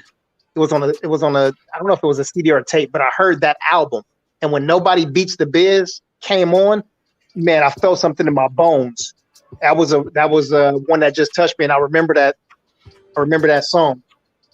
Biz Markie also, a second story is he DJ'd at, when I was going to UCLA, he DJ'd a party that I was promoting with like 4 of my buddies. And that party was crazy. It was the UCLA versus USC post game after party. DB, you went to which school did you go to? I went to UCLA. Are you bullshit? Yeah, undergrad and grad school both. Oh man. Yeah. So But you got your masters? I got a master's, yes, sir. So you my master now? You think you my master? No, sir. No, not at all. You remember that old Chris Rock joke where he was like, you get more respect coming out of prison than leaving college. He be like, yo, I just got my master's. And people like, man, fuck you. nigga, what you my master there, nigga? Fuck you, nigga. I spit on somebody get out of jail. He be like, nigga, welcome home. Right. Hey, Yo, listen, I yo. respect both, man. Hey, I DB, think you dealing with a whole bunch of GED and community college brothers over here tonight, but I appreciate you sticking with us. I'll tell you something. I respect anybody who's got a GED or completed anything.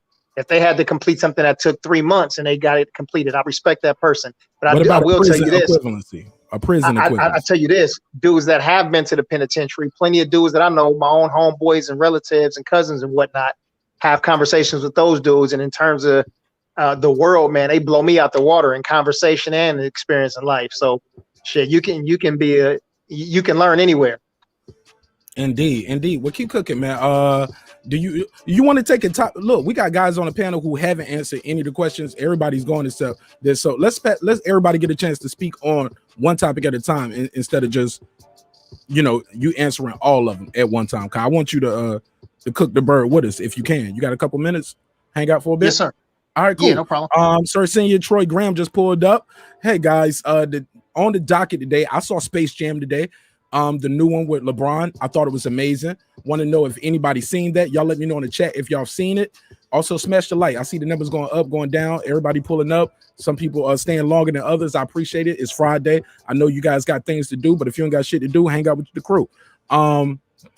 Let's get it. So the topic, what was the first one DB touched on? DB, Gary Russell. Let's do that one. Gary Russell, Tank Davis. Do y'all think Gary Russell and Tank will sell more than Tank versus Barrios? Let's go, Sir Senior. You can go first, and we'll go to Troy Graham. All right, salute DB, salute. And I'm gonna let everybody know y'all been hearing Troy. the jokes flying all night. If y'all been here, we've been letting jokes fly all night, and they can come at me too. You know what I'm saying? Pause. So we're gonna have a good show. I don't want nobody beefing tonight. Troy. Keep please be on your best behavior, or maybe not. Fuck it, I don't care. Yo, go ahead, Sir Senior. You got the floor, man. Talk to me about this Tank versus Gary Russell Jr. You think it's gonna do more? I don't think it'll ever happen, but if it did, it definitely could do more. It definitely the opportunities for it to sell more would be amazing. They could sell a lot, multiple different places like DB was saying. I would love to see that fight. That will make up for the Devin Haney fight that he didn't go through with. Like it'll bring boxing back. So I would love to see that fight, and it could definitely sell more because people know who Gary Russell is. And if they didn't, that quick Google search, they'd be like, wow, he's undefeated, the longest reigning. Just them running off of that will. And undefeated though, no more. Yeah. Yeah. No, I'm saying the undefeated versus the longest reigning. Oh, okay. Yeah, good point. Yeah, that would just that alone will for people who didn't, the fair weather fans or the fans that don't really know boxing, they just in and out whenever. They will even come and want to see that, or at least buy the tickets. All right, Troy, give me your take. Do you think Tank versus Gary would sell more than Tank versus Barrios? In the DMV area, yes, but I don't want to see that fight. Tank's too big for him. He's too big. He's 2 weight classes above him. He's too big for him. Yeah. Okay, shit, short and simple. Let's keep it moving. Shit, we ain't got to push it. Go back to DB. Castano versus Charlo is happening this weekend. Undisputed. Who cares? I care. You might care. Hardcore boxing fans, we love to see somebody be undisputed. It means a lot to us. But for the most part, I don't see a lot of media coverage. I don't see a lot of attention garnered for this event. I think the event so far has failed far as promotion, far as getting the word out there to the casuals, to the novice. I don't know any boxing fans or channels, and I could be wrong. If you're going to this fight, let me know in the chat. Let me know in the comments after the video posted if you heard the playback. I don't hear people talking about going to this fight. I heard everybody going to Wilder. I heard everybody going to Spence versus Pac. I heard people even going to see Jamal. This is undisputed. It was people going for Tank, even though people saying it's a fake belt. They were still flying to Atlanta. I met them here. My brother, why isn't this event getting the attention and the respect that I think it deserves? I think that Undisputed deserves respect and attention, but the fighters that are in there, Castano just doesn't have a big enough name and hasn't beat enough, quote unquote, big name fighters. And Jermell, even though he's a great talent, sometimes it's not just about the talent. It's about what's between his two ears. And that's his brain and his mouth. And I think his brains and his mouth got him in a lot of trouble, especially recently. I think maybe in his head, he wasn't thinking that he had a fight that was coming up soon. So why go at the people's champ? Because that's probably not going to work in your favor. But maybe it was deliberate, and he thought that he would get some buzz the way that Colbert did, for his fight. But at the end of the day, I think he'll win the fight. I think Castano is a solid fighter. I think Jermell will win. But in terms of the promotion, I mean, I think it is what it is. And I don't think there's usually bigger dollars in marketing. I believe that they have the same amount of marketing dollars. Let's say if it's 10 grand or 20 grand, whatever the number is. I think they have those for all the upper level fighters who are not named these certain five guys, who's Deontay Wilder, Errol Spence, Tank, and those other two guys. You know what I mean? But I think it is what it's going to be. And, we can look back at it in 10 years from now and say, good job, Jermell. We got one for the books. But for right now, yeah, it's just, it just is what it is. But why I don't see Charlo's on Breakfast Club? I don't see none of. And I ain't watched the show for almost a year. You know what I'm saying? Since I've been doing this thing right here, I kind of blacked out other things because you know what I'm saying, DB. You follow somebody too much, you'll start copying their moves. So yeah. I try to do my own thing, or either I connect with other content creators like you guys over at the barbershop, or Major Key Boxing, because you guys are tangible. You get what I'm saying? I can reach out to you, accessible. And that means something to me in this game, like where I'm gonna invest my time, my brother. But I don't see the Charlo brothers doing the Errol Spence, Bud Crawford. I've seen them on Sway in the Morning and things like that, the Breakfast Club. I don't see the Charlo brothers doing none of that. Why is that?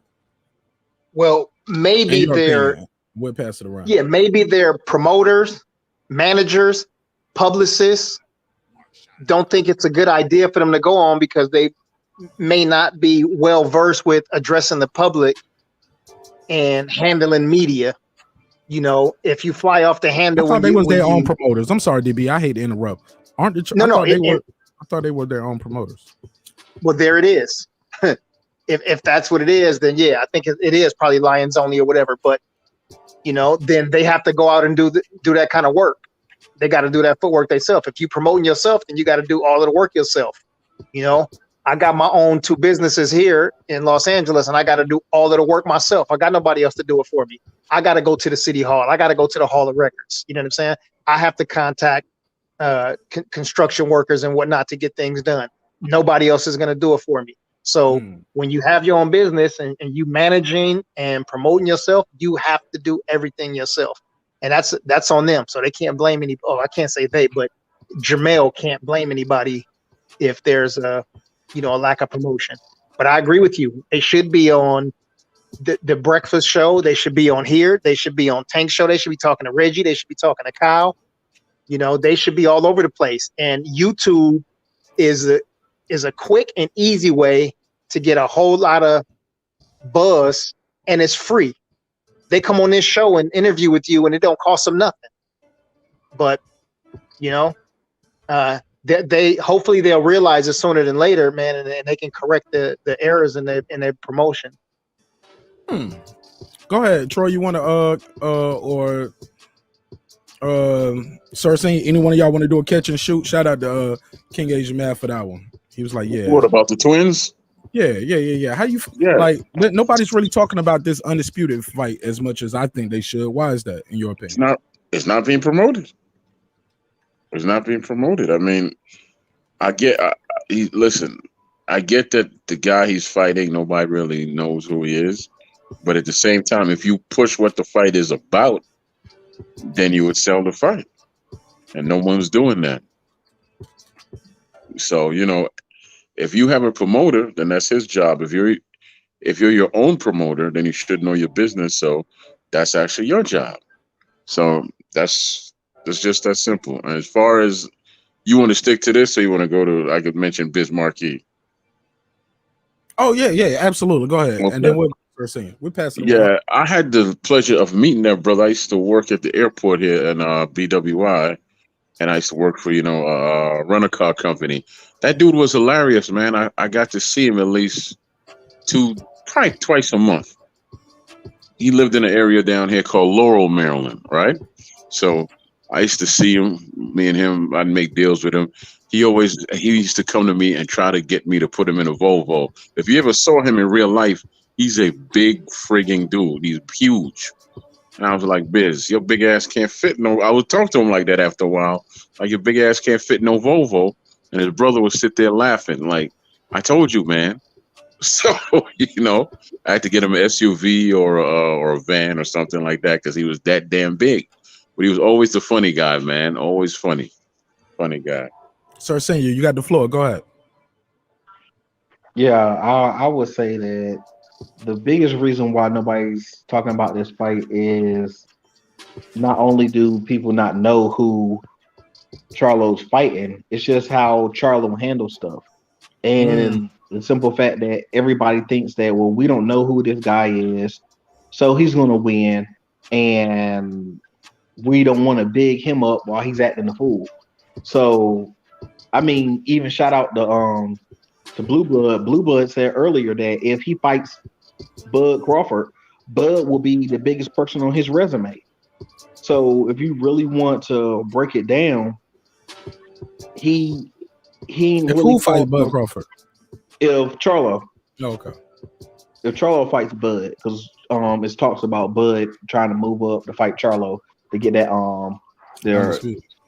still that second he want two undisputeds. Yeah. He's like, hey, he ain't even gonna let him, live with the belt after he win it. He just want to come up and just snatch it from him. But bully type stuff. But anyway, if that happens, that'll be a great fight as well. It'll do great for both of their career. Whoever wins, will be able to say they beat somebody who was good and undisputed. So, but I already see the detractors always finding a way out and say, well, if Bud loses, okay, well, Bud was too small for him. If Bud win, then they'll turn around and say, well, who did Charlo beat? But it's always some haters, that's the way it is. But I really think that he needs to put more of his energy into promoting his company versus these weird narratives and rants he goes on. If you're going to use a weird narrative and rant, pull a Jake Paul, pull a Conor McGregor, pull a Mike Tyson, and tie your brand into the foolishness. Don't just be acting foolish for no reason. Make that foolishness make you money versus the foolishness hurting your money. All right, look, let me say this, man. HLD brought up a good point. He said them Argentinians care. They were in full effect today at the weigh-ins. Plus, they just won Copa America. He said Castellano has the whole country behind him. I agree. DB, I agree. And I don't feel like Charlo has the whole country over here behind him. Not at all. But we are a nation of immigrants, though, right? To be clear, we got pretty much everybody here for the most part.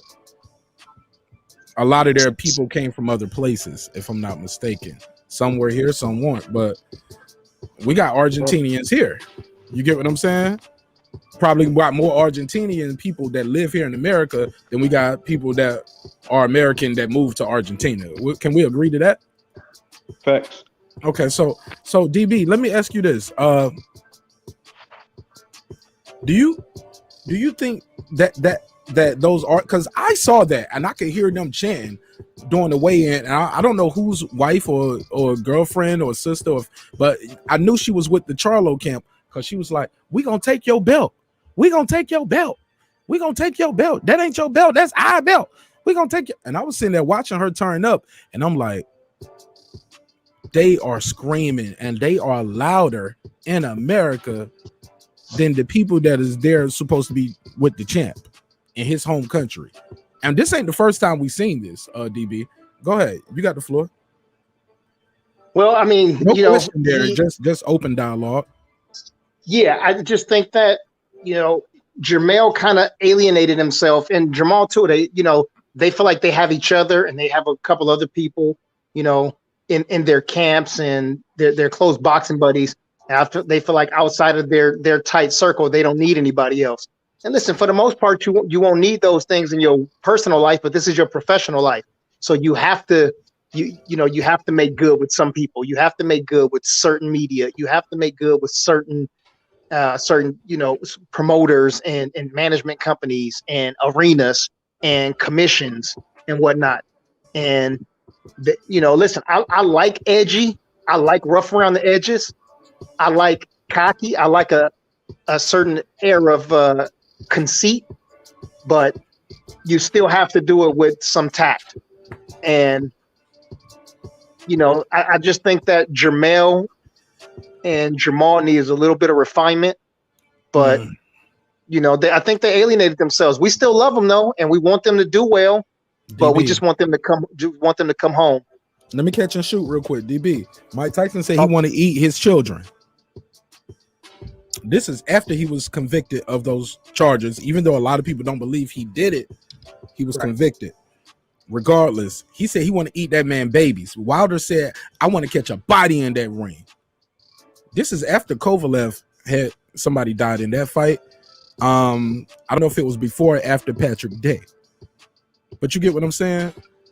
Some would call it selling the fight. Patrick Day. Okay, it was before Patrick Day. Some would call it, but even now, since then, though, he's still talking about I'm gonna kill the man, basically. He didn't say verbatim, I'm gonna catch a body. Now, what he said afterwards, okay, I get it. It's just selling the fight like off with his head. We coming for bloodshed. I get it. But prior to, he was talking about catching a body in the ring. I think Wilder lost a lot of fans when he did that. In my opinion, some of us like it, but some people was like, "Yo, I didn't get in the boxing and watch somebody die in the ring." So with the Charlos, they standoffish. They rough around the edges, like you said. Isn't that part of the fight game though? Don't you want your champion to be a tough guy, quote unquote? I guess.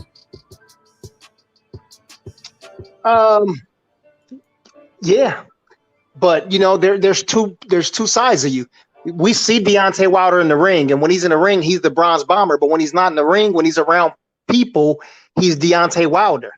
I've seen Deontay Wilder at 2 or 3 events already, and each time at those events, and I'm not talking about the times where I sat personally with him and interviewed him, but I mean like in see, I just pulled my own coattail real quick. But I'm talking about like at events, Deontay Wilder walks in, the whole room can see him. He's 6'7", everybody can see him. And he takes time to shake hands, to fist bump, to hug people, to take photos. That's why we love him. To say peace, to say thank you. And so people understand that there are two sides of him. I just wanted to add to that. And he's smiling the whole time. Yeah, he's a killer in the ring, but he's like this. How you doing? How you doing, brother? Bowing with you. He bowing his head to you. You're like, and it's like people, you can see people just want to touch his hand sometimes, and he'll just do like he giving people blessings almost. He looked like the Pope. I've seen Deontay Wilder DB walk through a room, and it's everything you just said it was and more. Everybody flocks to him, and he's trying to make his way through, but in the midst of that, he's touching and talking and smiling at everybody. He real quick, he'll do like this. Let you take the selfie if you fast enough with it. Got it triggered up? Right. Yeah, man. He's moving, man. But he's smiling, touching the people. And I wanted to echo your point there. I'm sorry. Go ahead. No. I was just bringing it to a close, but yeah, you finalized that pretty good, man. And I think that comment right there that HLD just said too. Charlos need to work to promote themselves and not wait on the PBC. They are very charismatic, a hell of a lot more than Tank the puppet. Oh no, I didn't agree with that last part, puppet. But Spoke too soon. You agreed too soon. I agree with the first half. How about this? The Charlos have that get the fuck out of my way personality. Yeah, Charlos. Look, I don't see a lot of content creators trying to reach out to him. Because when I believe somebody came on my show, they was like, yo, my homeboy was there and he talked to Charlo about his t-shirt. It's like, hey, man, just want to take a picture with you. Let's just hold my shirt up when we take the picture. He was like, man, I got my own clothing line. Fuck your t-shirt. Why would I take a picture of you holding it? I'm like, wow. I just thought that was extreme. But go ahead, sir, or Troy. Either one of y'all can take the mic. Yeah, I'll go ahead. And I'll be right back. Y'all can cook up. I'll be right back. Hey, y'all don't fight while I'm gone. All right, y'all play nice. Okay, go on. Yeah, I'm confused. You know what did they do to alienate themselves? They just a lot of fighters nowadays just don't promote themselves. Or what did they do to alienate themselves? And what you know what? Scratch that. That whole I want to eat your children stuff. That's him talking after a fight. We're talking about Mike Tyson. He said that after a fight, and he said he said once. that before his heart. He said, no, he said was it talking after. about Lennox Lewis. That was before the fight. I believe it was at the weigh-in. I want to eat his. No, it was Mark, after his fight. It was He was after. talking about fighting somebody else. After. No, he was talking about Lennox Lewis, where he said, I'm the conqueror. You're not the conqueror. I want to eat his children. But he said that after. Yeah, but listen, he said it one time. He didn't say it multiple times. So basically, it was just basically, he was just talking about that. And at the time, Lennox didn't have no damn children. Let's deal with that. Lennox had no damn children, so can't eat what doesn't exist. All right? But when you constantly repeat, I want to kill, I want to kill, I want to kill, that turns people off. This is boxing. This is not a killing sport. I don't want to hear it's a part of the sport. No, it's not a part of the sport. It's something that can happen in the sport, but it's not a part of the sport. It's not. When you constantly say, I want to kill, I want to kill, I want to kill, I want to kill, I want to kill, who wants to hear that? If you've ever seen anybody die in the ring, that would really just turn you the hell off. And on top of that, you're not thinking about the other people's family or anything like that. That's not how you promote a fight. That's how you promote death. And death is not something you want to play with. She is a very vindictive spirit. Okay?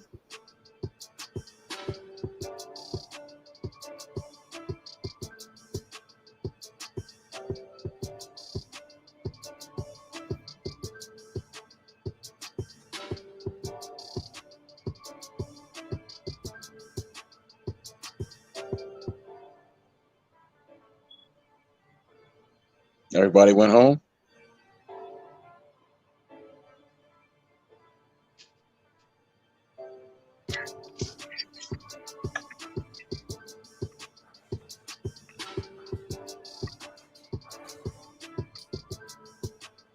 Did old girl just finish? There's no females on this panel, man. Ain't no females up here. You see a female? Do you see any females up here? If you see a female up here, then you go ahead and address her.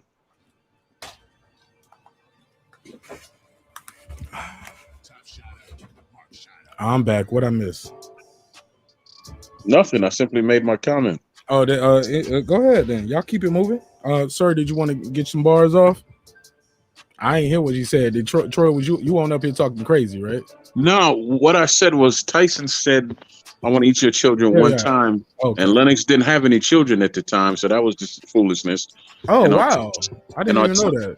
And on top of that, when it's you hard to eat babies ain't gonna just let you eat them on top of that, right? That's right. But when you constantly say, I want to kill, I want to kill, I want to kill, I want to kill, that's not you promoting a fight. That's you pushing death. And if you've ever see anybody die in the ring before, that's not something you want to hear, because it makes it sound like you don't care about this other dude's life or anything like that. And death is vindictive. You don't want to constantly call her out. You really don't. Yeah.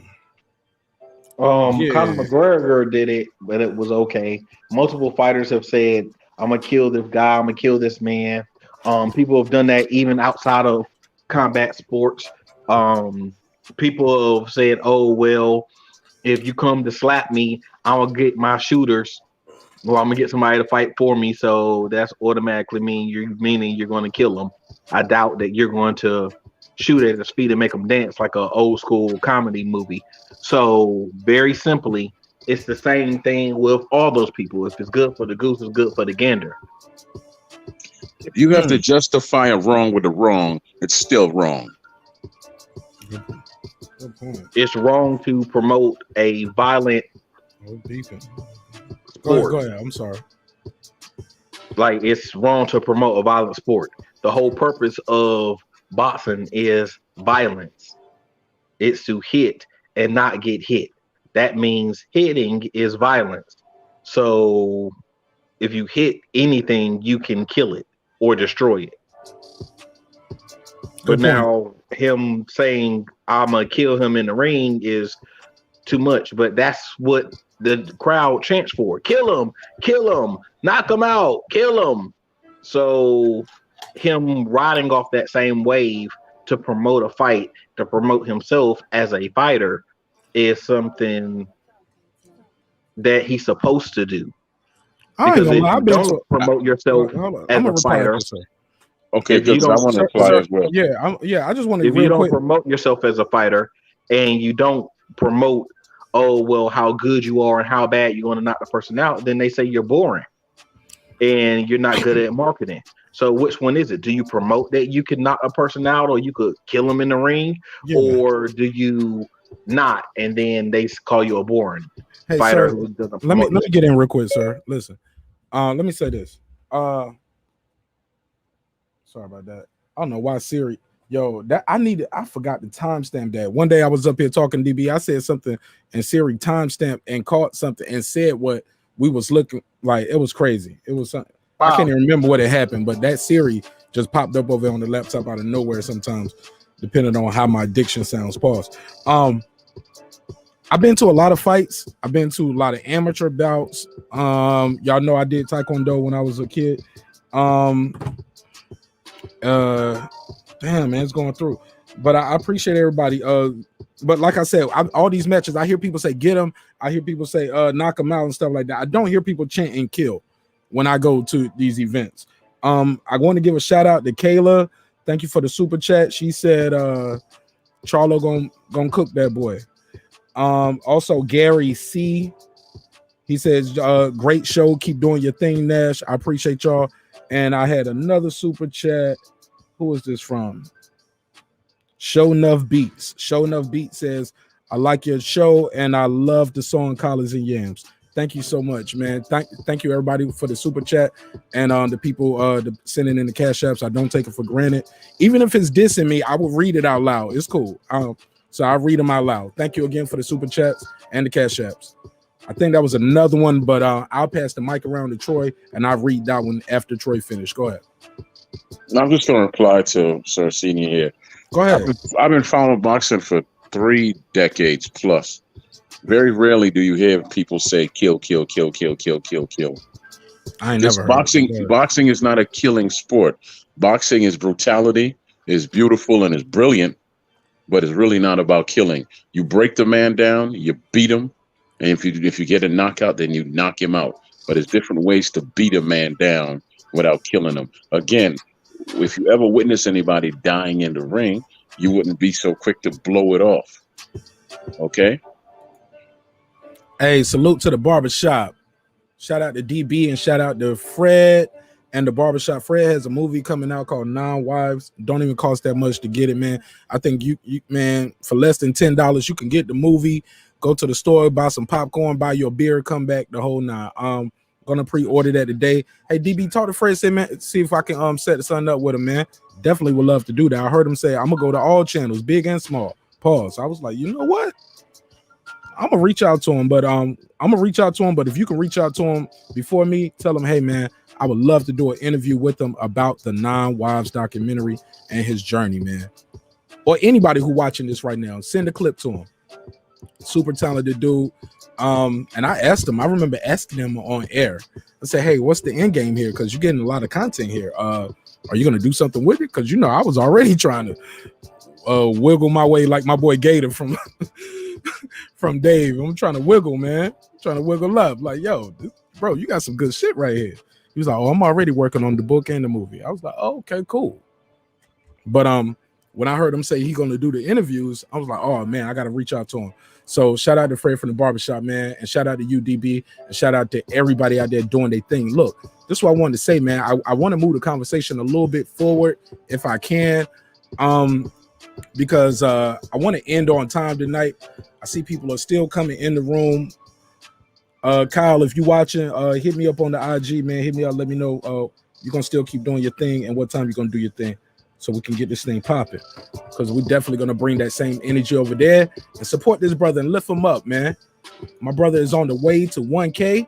I'm on my way to 2K right now. Less than a year. I need about 60 of y'all, to do it. If you got over 1,000 subscribers, please click share to your community tab. You can delete it tomorrow or delete it from a week from now, but share it now while we live. You go on Facebook. If you're watching on Facebook, do it for us. We appreciate it. And shout out to everybody on Reddit who told me I should get on Reddit. So we are over there now trying to share the show over there as well. Let's get back into this hip hop shit, man, because we'll be on that boxing shit forever. I usually try to do the hip hop or boxing last because it consumes so much of the time, but it also splits the room so much. DB, give me your take on this, because I don't know if we got your take on this, Sir Senior. If you had anything on, matter of fact, I think the last thing was to you, Sir Senior. Did you need to do a catch and shoot? Yeah, I will. Go ahead, get your bars off. Fight back. I don't care. Yeah, I would definitely say that. Hold on, let me give you the bell. Yeah, most definitely. I would definitely say that anytime you have a violent sport, you want to promote that. Anytime you have a unviolent sport, you want to promote it. If the sport is violence, you're going to promote violence. So you got to promote yourself, or you're going to be stuck in a situation where the promoters are not going to promote you, and then you'll be up for an undisputed fight and won't nobody know about it.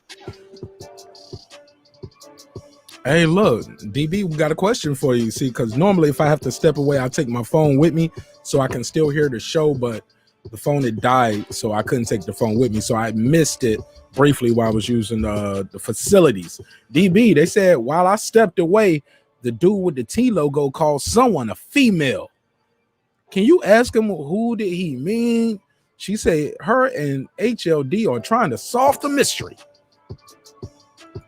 So y'all don't made a murder mystery movie, or y'all started beefing while I was going that quick? Talk to me. What I missed, DB?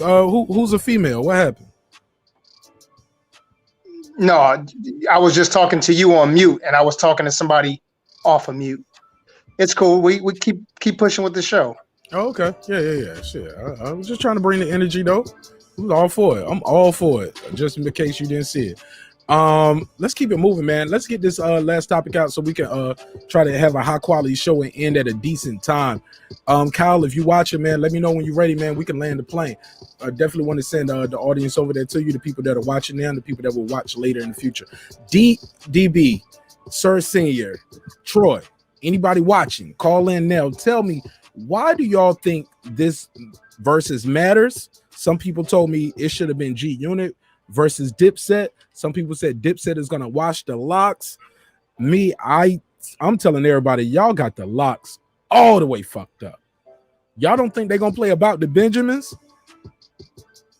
Oh yeah, I'll be surprised if they even play If You Think I'm Jiggy, even though it was their first single. Nah, I don't even think they're gonna play that. They might play that Mariah Carey joint. Also, do you guys think these verses are overproduced now, where it's almost like the guys know what other people are playing, like they know the song order? Like, do y'all think it's too produced now? Because we don't even get verses how we originally got it, where it was producers. Now it's just artists doing the showcase. Before it was producers playing beats back and forth, playing records that they did with people. Now it's artists playing songs, It's more of a performance. We don't brought Ciroc in the building. Is it overproduced? Is it losing its flair? And also, who y'all got winning? And who got the most records? The biggest records? Or who got the hit records? Or are we going to get the street records? The mixtape bars? Because I think all of that shit matters. But what do I know? I'm just a failed rapper trying to do a YouTube show. I don't know nothing. You guys got all the answers. So I appreciate y'all sharing with me. Y'all got the floor. Let me jump in here because then I could jump off and get some sleep. I never cared for, I mean, as far as the verses go, I never saw them as a battle.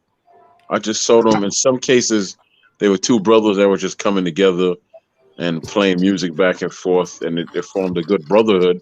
Like Snoop and DMX was good, but it wasn't a battle. That's not my idea for battle. Coming up how I came up, that's not a battle. It's just two cats playing records and showing each other love is not a battle to me. So, but and I haven't watched this since Snoop and DMX, to be very honest with you. So so you lost it. You missed a lot. Yeah, no, because I don't view it as a versus. I don't view it as a battle or anything like that. I don't see it that way. Did you see the Gucci versus Gucci Man versus the Jeezy? last one I watched was Snoop and DMX. That's it. I think that was won't that before? I didn't watch it. I'm not a big fan of either one of them cats. And I watched that was it Raekwon and Ghost. No, it was Raekwon versus Ghost. Was that right? Yeah, I didn't like that. I really just watched for the fashion. Ghost kept changing clothes. He has that style. I like that, but it's not a battle. It's not a versus. They should change the name to it. It's just two brothers or sisters coming together. Eventually, they show each other some respect, and the show goes off. That's it. Where's the battle in that? Oh no! Like I said, if you missed the one with Gucci Man or Jeezy, that was like Gucci Man actually played diss records in the versus battle. But give me your final thoughts though, man. And because I know you said you got to go, I ain't gonna hold you. And we got other people that are trying to speak. Nah, y'all just have a good night, man. I have a lot of respect. You came for some smoke and it's all peaceful in here. No. You ain't having a good time when it's all peaceful. No, absolutely not. Absolutely not. Absolutely not. I actually just came just to support you a little bit and go to sleep. And I appreciate that. And I don't take it for granted. I gotta get up early. If I want to start a fire, I would. I'm just not interested. But I appreciate that. At the end of the day, I just wish everybody well, and I wish people wouldn't be so blasted sensitive, man. Because to be honest with you, I'm gonna repeat myself again. Social media, not serious media. Relax. Enjoy life, because it's gonna be all gone in a minute. That's my final word. Ain't gonna be a minute for me. Knock on wood. Y'all can die in the next 60 seconds. I'm gonna be around. I believe. And I believe. Ain't that right, DB? Like, it's gonna be gone in a minute. I ain't gonna die in 60 seconds. I don't believe in that. I don't accept that. I don't think that's what the creator has for me. I'm gonna at least finish the show. Ain't it right, DB? He said it's gonna be gone in a minute. Yes, indeed. Yeah, man. But go ahead, man. You got the floor. I think I was trying to give you the mic. I think Troy jumped right in, but I didn't even notice. It's all good when I know the people. When I don't know them, you know what I mean? It's a little something different. But yeah, and that's a mistake on my part. I didn't even realize I had said DB. I've just been trying to let everybody get their bars off and have fun on the show. We're trying to have fun on Friday. Go ahead. I guess I was getting into my versus mode. You know what I mean? I was getting into my versus mode. Get my guard up. You know what I'm saying? So I could get my bars off. But ride or die. I love it. Ride or die. Money, power, respect. All about the Benjamins. 24 Hours to Live. The freestyles on Fat Man Scoop. Funk Hater Flex. DJ Clue. P Rock. These dudes have dropped bars upon bars. I believe that Jadakiss. I believe Jada murked the whole crew by himself, solo. And Sheik is still hard as hell, and the Ghost still got crazy bars. I think the LOX are more universal, have a more universal sound, and I think they're more well-rounded as rap artists. Jewels has some bars, but he's not consistent. The others are very secondary in the grand scheme of things. When you say others, Jimmy, be specific. Who do you mean the others? I don't know their names. You talking about Hell Rail, J.R. Ryder, Freaky Zeke. Freaky Zeke, yeah. I didn't even know there was 3 other guys. I just knew Freaky Zeke was the other guy with Jimmy, Jewels, and Cam. So, yeah, I didn't even know that. This is brand new to me. I'm just noticing that. But really, okay. To be fair, you are a West Coast dude. LA all day. Oh yeah. Like, let's make no mistakes about it. When it come to Raz, Cass, Corrupt, Exhibit, Kendrick, Planet Asia, Locksmith, Crooked Eye, Ahmad, J.O., Technique. Yeah, I'm definitely love my West Coast, but I definitely feel like I have a mature music palette. I love hip hop. I love music. I love artistry. You know what I mean? But yeah, I'm just speaking my little piece. I think Jimmy had, Ballin' was a dope song. That was a crazy party song. But I think Jimmy didn't really gain his recognition and notoriety until he went on a reality TV show. Really? I don't know if I think it was either Love and Basketball, not Love and Basketball, Love and Hip Hop. Love and Hip Hop. But DB, Jimmy got on, bro. Like, you don't remember Certified Gangsters when they sampled the Eazy-E joint? I think. Yeah. They did that or they did, and they sampled the Master P Bout It. Like, Jimmy got some joints, and Jimmy been out here for a minute grinding. Yeah. Who would think? And he's the rapper he became. I think the times caught up with his style. A similar style. It ain't got to be punchline heavy. It's just the fact, I'm a real nigga. I'm a street nigga. That's my internet voice. When I start going into that's how they be talking sometimes, DB. Talk to you like this. But I ain't got no crib, so I do all my videos in the car. Because if I say this shit in the house, my wife gonna tell me, shut the fuck up. Yo, I ain't dissing nobody. I'm just getting my jokes off. They know who they are, though. But they started with me, DB. They started with me. I'm just fighting back, but I can't say their names right now because they don't want it. And they ain't say my name. So, but it is what it is. But I gotta let them know what time it is. But DB, at the end of the day, my brother, let's be clear.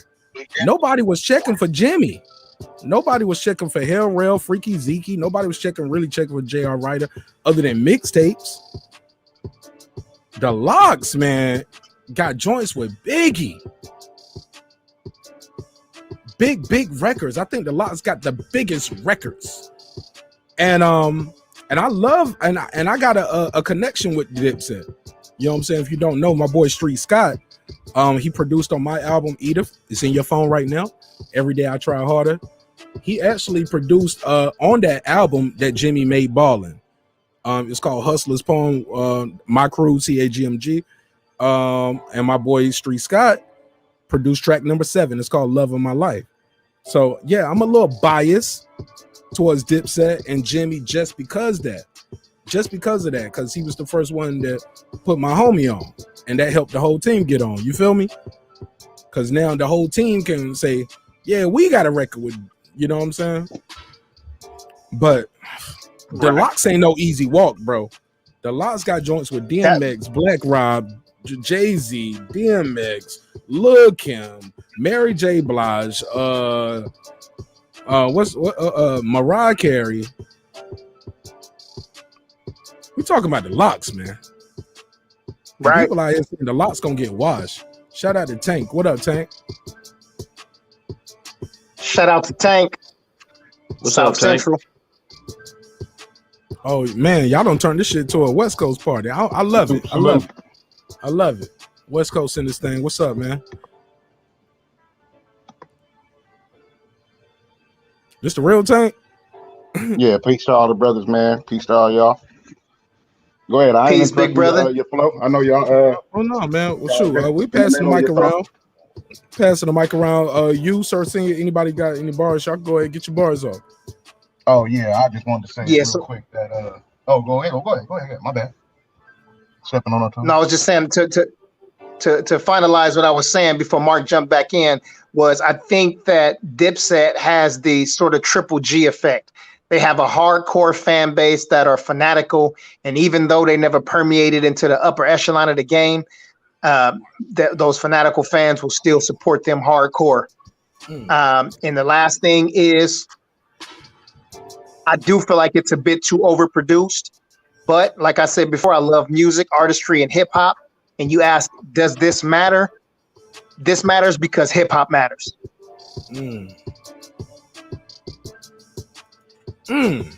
Go ahead, Tank. Talk to me. Hip hop. What you got on this one, man? First of all, who you picking to win this? LOX or Dipset? Who's gonna win this? I don't know who's gonna win because in your opinion. I don't know who's gonna win because I don't know what songs they're gonna play. Tank, you sound like you in a tunnel. Can you hear me? Keep talking. You sound like you was in a tunnel just then, my G. I'm Optimus Prime. Right. You sound like there you go. You sound perfect. You sound like you standing right here now. Go ahead, Tank. You got the floor.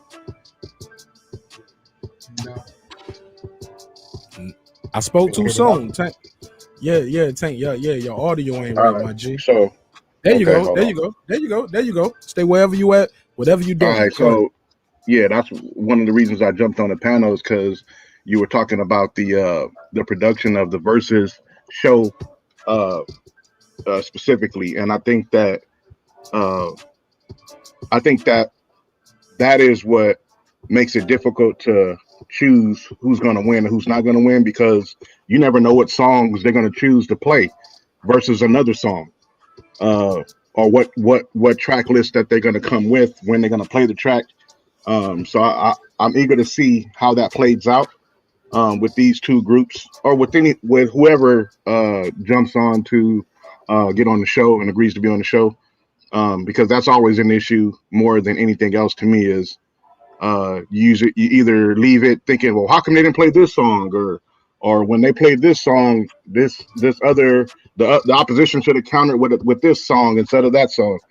So, and I think that's the spirit of the way the Versus goes, is it's round by round, song for song, track for track, and then you go from there. But with these two groups, I think it's a good look. Like DB said, it matters because hip hop has become a culture, all in its own. And these two groups have a history in the culture. Dipset coming on that era after Biggie, Pac, you know what I mean? That 90s vibe.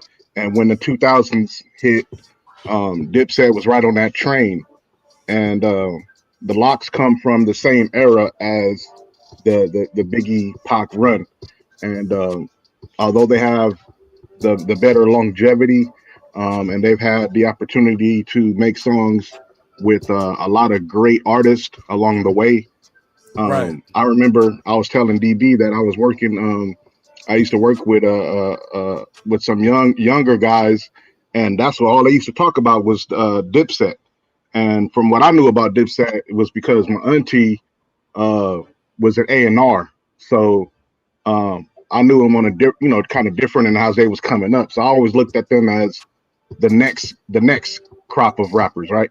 And being like DB, I'm a West Coast guy, you know what I'm saying? So I'm listening to it differently. And but they were still home team because, like I said, Cameron, and my auntie is the one who introduced me to that whole Dipset and all that whole thing. So, but in terms of their styles, they're so stylistically different. No pun intended. The Styles P's and the LOX. But you have Styles P, who just said on his Instagram that it's the gritty boys versus the pretty boys. And I don't think it could be summed up any more better than that. Even though you got like people like the LOX got songs with Biggie Smalls, but Cameron got songs with Jay-Z. So in the end, I think you'll see a lot of good songs being pulled out from both sides. Some things will probably be brought up that you'd be like, man, I forgot about that song. But also I think that because the Dipset crew has been able to do their own individual thing and maybe get a hit song here and there, without being a group, they'll be able to incorporate that into the versus battle. Whereas Styles P and Sheik Luch and their individual solo careers, if they bring out songs from their independent solo careers, they may not be as well recepted as if Joel Santana and Jim Jones do the same thing, as well as the songs that they can put with the group. So it's going to be an interesting combination, to say the least. And like I said, it's going to be interesting to see which songs they pick to battle the other song that the other guys bring up. So that's what I'm looking forward to seeing. Go ahead, sir. Yeah, I would kind of piggyback off of what DD and Tank said. It really matters what songs they play, but it matters completely because hip hop matters. And with the era of music that we had then, it was more controlled by, you know, the actual people had a say so, even down to the mixtapes. But I will look at this and say that if you base it solely off of the group narrative, nobody was trying to get that J.R. Ryder mixtape. Nobody was trying to get that at all. Like, even when you go to the flea market and get the bootlegs, they gave that to you free for if you bought 2 pair of Jordans and some Air Forces. So nobody was trying to get that. So they're going to have to ride heavy off of Cameron and the fact that, like you said, that their connection with Rockefeller, go back to Team Rock, and, you know, things of that nature. So the Cameron again, purple haze, blue, purple, and pink outfits type thing, and rock on that. If not, and you just go bar for bar, the LOX have got it real easy, because you can't name 10 Dipset songs off the top of your head without, you know, you really trying. And that goes for a hip hop head. So that would make them strong enough to really battle against the LOX. The LOX has been in the mainstream and in the streets. So I would say they're the more overall well-rounded group, in my opinion. Yeah, man. Here's my take, man. At the end of the day, I respect Dipset. I love what they do for the culture, but Cameron was the star. And like you said, okay. I think that was somebody else on the panel. There was like and Jadakiss was the star. I think that was my boy Keith Smitty in Carolina. Shout out to Keith, man. Keith kept it a buck. He was like, yo, I used to fast forward the mother niggas verses. I just want to hit Jada. Wow. He said Sheik was ass cheeks. And Styles was okay. Wow. I don't get it. I think they were all super dope. And he also said Dipset had a movement. The LOX never had a movement. DB, West Coast, and Tank, y'all on the West Coast. Tell me what y'all felt, what y'all was feeling over there in those eras, because both of you guys, if I'm not mistaken, are older than me. In your opinion, did the LOX have a movement? Because he said the LOX didn't have a movement. He said Dipset was a movement. The LOX didn't have no movement. I was like, well, the Dipset came in on at the beginning of Napster and LimeWire. Like they had Wi-Fi. We was getting them Clue tapes down south coming from New York. You know what I'm saying? So, but y'all tell me about y'all experience. Like, did the LOX have a movement? Like, did it reach you guys over there? I'm gonna let my big brother Tank answer that. But Mark, to answer your question, the first part, I wasn't around during that time, so I'm listening to music after, and I'm definitely not older than you. He said that confidently. I got the old man face. Let me suck my cheeks in. Nah, that ain't doing it, bro. Hey, look, that's how my face used to look That's how my face used to look before I started experiencing a hard life. I'm going through my own Bobby Brown symptoms over here. But go ahead, Tank. Mark looked like he was over there trying to make weight. Now I got to weigh in over there. Your audio, Tank. Your audio, Tank. Can you hear me now? It's better. It's better. Oh yeah, I said, Mark, you look like he was trying to make weight over there. You know what I'm saying? When the boxers come in, sucked up, they cheeks sucked in on their face. But nah, man, I'm a little bit older than y'all by a tiny bit. You know what I'm saying? Give or take a couple years or so.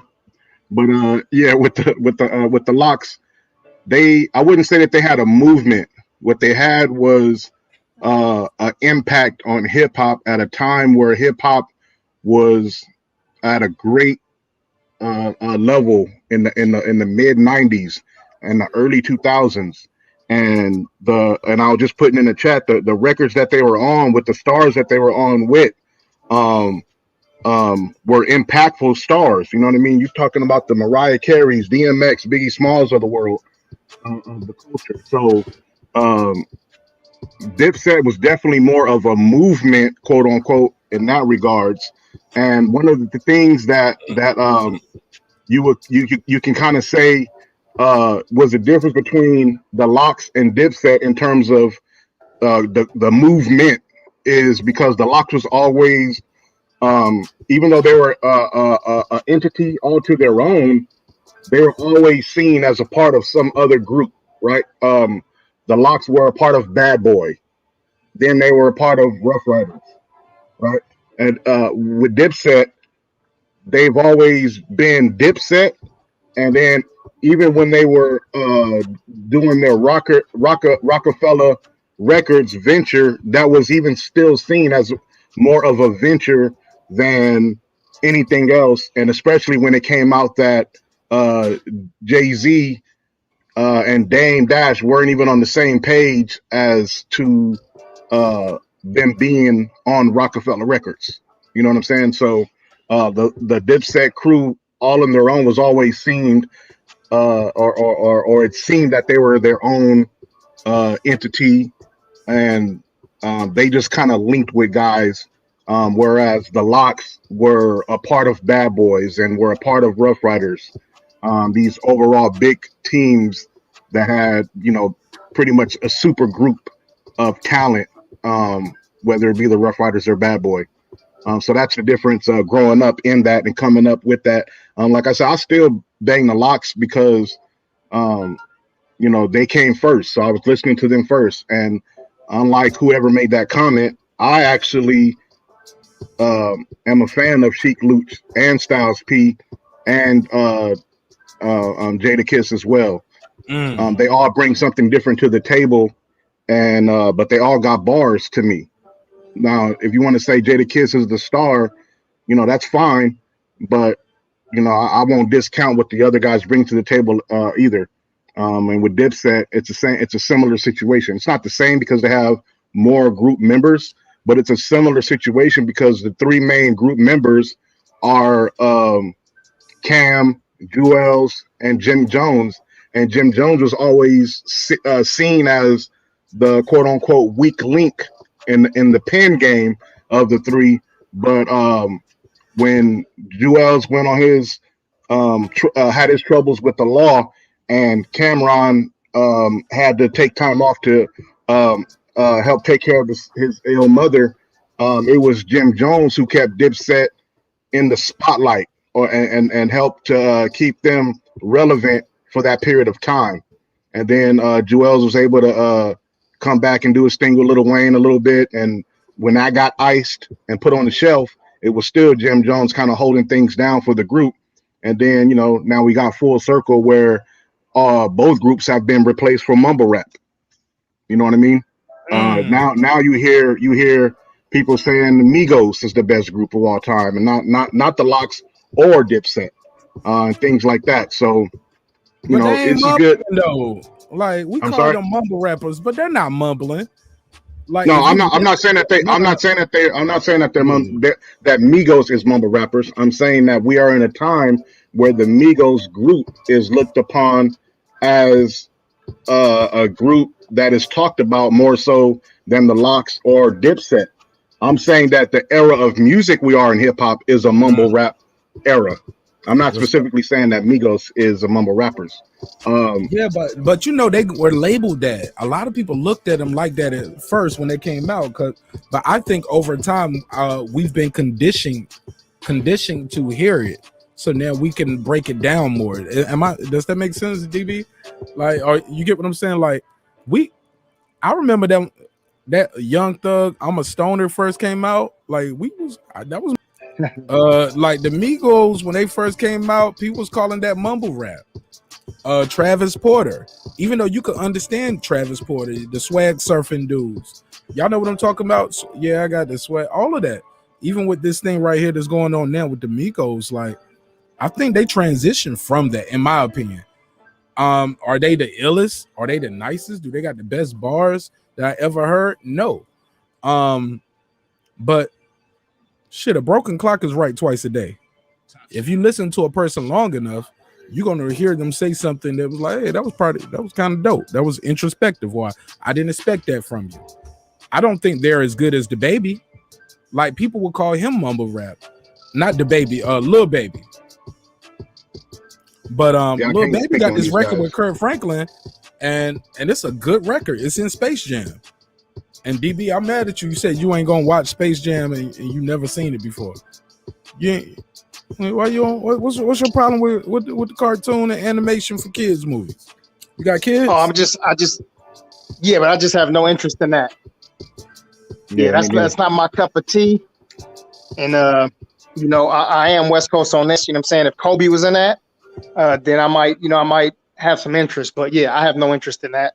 Oh, do you like LeBron James? Are you a LeBron James fan? Yeah, I like LeBron. LeBron, cool. All right. I want to say this too about the Space Jam thing. About to have some beef, DB. Taylor Bell. Taylor Bell, I'm about to take your wrench and time you out. You better chill out. Hey, look, DB, that's what they do when they get mad at you. They take your wrench from you. Ouch. Yeah. I'm hurt. My name ain't in blue no more. Yeah. I'm hurt. I don't even know. I can't tell you. I mean, I'm literally ignorant to a lot of the new rappers, so I don't even know the Lil Baby from the Baby, or I know Baby from Cash Money, but that's about it. But anyways, you know, that's my old ass. But anyways, when it comes to Space Jam, even the original Space Jam, in my opinion, Bill Murray was the star of that movie. You know what I mean? Bill Murray made that movie. And in this film with LJ instead of MJ, I don't know who's on the cast and who's going to be the one to move the story forward and carry the movie load, carry the movie, carry the humor, carry the whatever. Tank, have you seen the movie?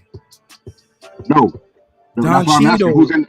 Don Cheadle is the he's the season one in the movie.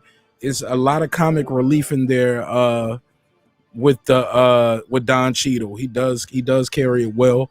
We got the sister who was in she was in Walking Dead, but she's also in, what was that movie? What's the movie with the she was in The Matrix. She was also in the light-skinned black lady, man. She's a beautiful sister. She was in, what else was she in? Jada Pinkett? Nah, come on. You said The Matrix. Sandy Newton. No, I'll just pull it up. I got the damn. But yeah, so let me ask you. You seen the original Space Jam, right? Several times. Had the DVD and everything. So would you say that Don Cheadle is the Bill Murray character, or is there a Bill Murray character that carries the movie as the main star, or is it like them sharing the load, sharing the workload in that regard?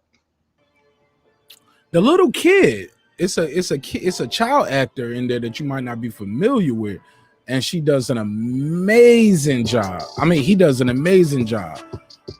The young lady who plays Savannah James in the movie, her name is Sonequa Martin Green, and she has been in a lot of your favorite movies.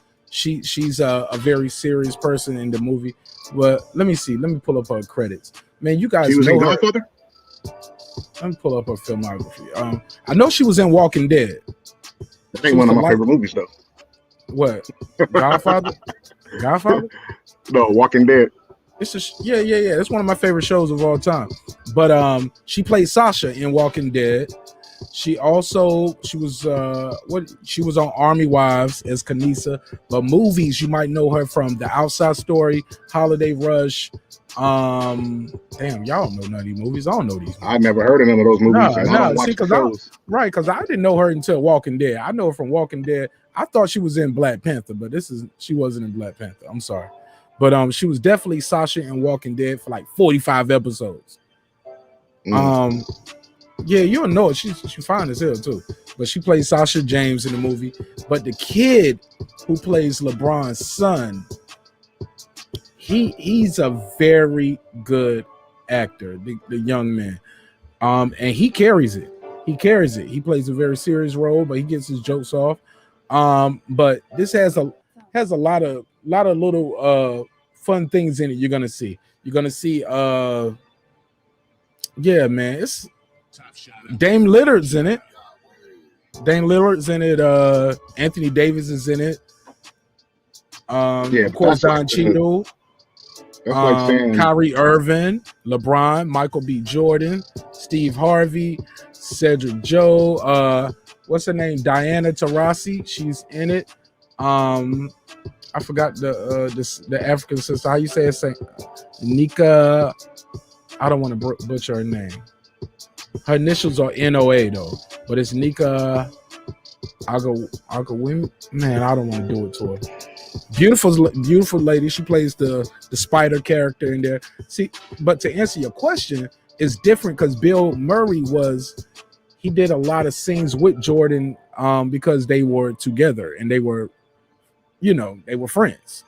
Versus a lot of these Don Cheadle and LeBron James scenes seem like they were shot separately, but it makes sense because they're enemies as well. Oh, y'all ever seen Black Jesus? The dude played Black Jesus. It was on Comedy Central. His name's Slink Johnson. He's in it. He's funny. The dude, his name Lorel. You ever heard of comedian Lorel? He's in it. He's heavy in it. The dude Ernie Johnson from the show with Shaq, he's heavy in it because of course they're commentating the game. Yeah, man. What can I say, man? It's a hell of a movie. Yeah, I don't know. It leaves something to be desired. Yeah, I get it. But I'm all about progression. I love to see a remake, even if it's done bad. I'm glad they tried to remake it. Like I wish they would remake Back to the Future. You get what I'm saying? Do something like that. It's dope. That'll be a dope time to bring Back to the Future and make Marty a black guy. It depends on the stories to me, what can be remade and how. I when it comes on some kind of stream, I might see it and see what you're talking about, but I don't have any interest in seeing it. The people that you're naming, I didn't sell it good, did I? I'm ass. No, I was actually. I'm not even gonna lie, Mark. I was actually more interested in seeing it before you did that drop and named all them people and stuff. Right. I'm terrible. No, I'm just messing with you. You're bro. Right though. You right. I did not sell it. And the I didn't know. I didn't know all those people was in it. Viewers are dropping off left and right. Like, man, fuck Space Jam. When you said Don Cheadle, I was like, okay, well maybe Don Cheadle can do the Bill Murray, but Bill Murray's a natural comedian. Where Don Cheadle, he can be funny, but I don't see him as a comedian. But he's a great actor, and I think he's a better actor than Bill Murray. So maybe he'll pull it off. But then you're saying that he's not even really in the movie like that with LeBron. No, I didn't mean that. Like okay. They don't play off of each other so much side by side. It's like as in like the joke, because it's a lot of green screen going on. It's a lot of animation. But for me, as somebody who does film and editing, I see how they did it. I can see how some of these things could have been getting finished up in COVID too. You get what I'm saying? So let me ask you this, Mark. With that being said, with that being said, do you think that you were more entertained by that aspect of it versus the actual story and the acting and the performances, or The because story you're is into that, and okay. because you're into that editing side and that the visual effects and that's your forte? Do you think that it's possible that you found it more entertaining because of those reasons that you just named? And I don't recognize that sister at all, the actress. Yeah, she was. This is her in The Walking Dead. This is Sasha from Walking Dead. That's probably why I don't watch that show. Yeah, I thought you said that was one of your favorite shows. No, that wasn't me that said that. Okay, I guess that was DB or either sir. But my thing is this. To answer your question, bro. Man, the story is so touching and it grabs you right away because I'm sitting there watching the opening credits and just watching. They do it like they did Michael Jordan. Like you see LeBron James, a fake LeBron James as a kid, of course. And from there, you see where he's like, no, to be great, you can't be. Wood Harris is in it. You know Wood Harris? He played. He plays Avon Barksdale and Ace Boogie and. Come on, Wood Harris is in it. He plays LeBron's first coach, who was telling him, "Hey man, cut these games out. You need to get serious." LeBron was so excited about his Game Boy, and opening scene. Spoiler alert. I'll give y'all a spoiler. His boy brings him the Game Boy. It's a color Game Boy. I think the year is 1989, and he's sitting there playing his Game Boy, 98, whatever. He's playing his Game Boy. He's playing his Game Boy, and okay, get in the game. So he gets in the game. End of the game, he's dribbling moves, crossing people up, spinning, goes up, misses the shot. And he was like, and he ready to keep playing the game. And the dude was like, look, you can be great. You can change the life for you, your family, and everybody around you who love you, blah, blah, blah. But you got to take the game serious. Ain't no games. Bro, it was just so powerful and so emotional. And I was like, he became the monster that we all knew. Because he was born this guy. Let's be clear. He was born taller. He was born bigger. He has this crazy photographic memory that they talk about where he can remember plays from years ahead. I had this joke I was saying earlier in the show. I said LeBron James walked out when he was born December 30th, 1984. He left with all the blessings in the nursery room that night. You get what I'm saying?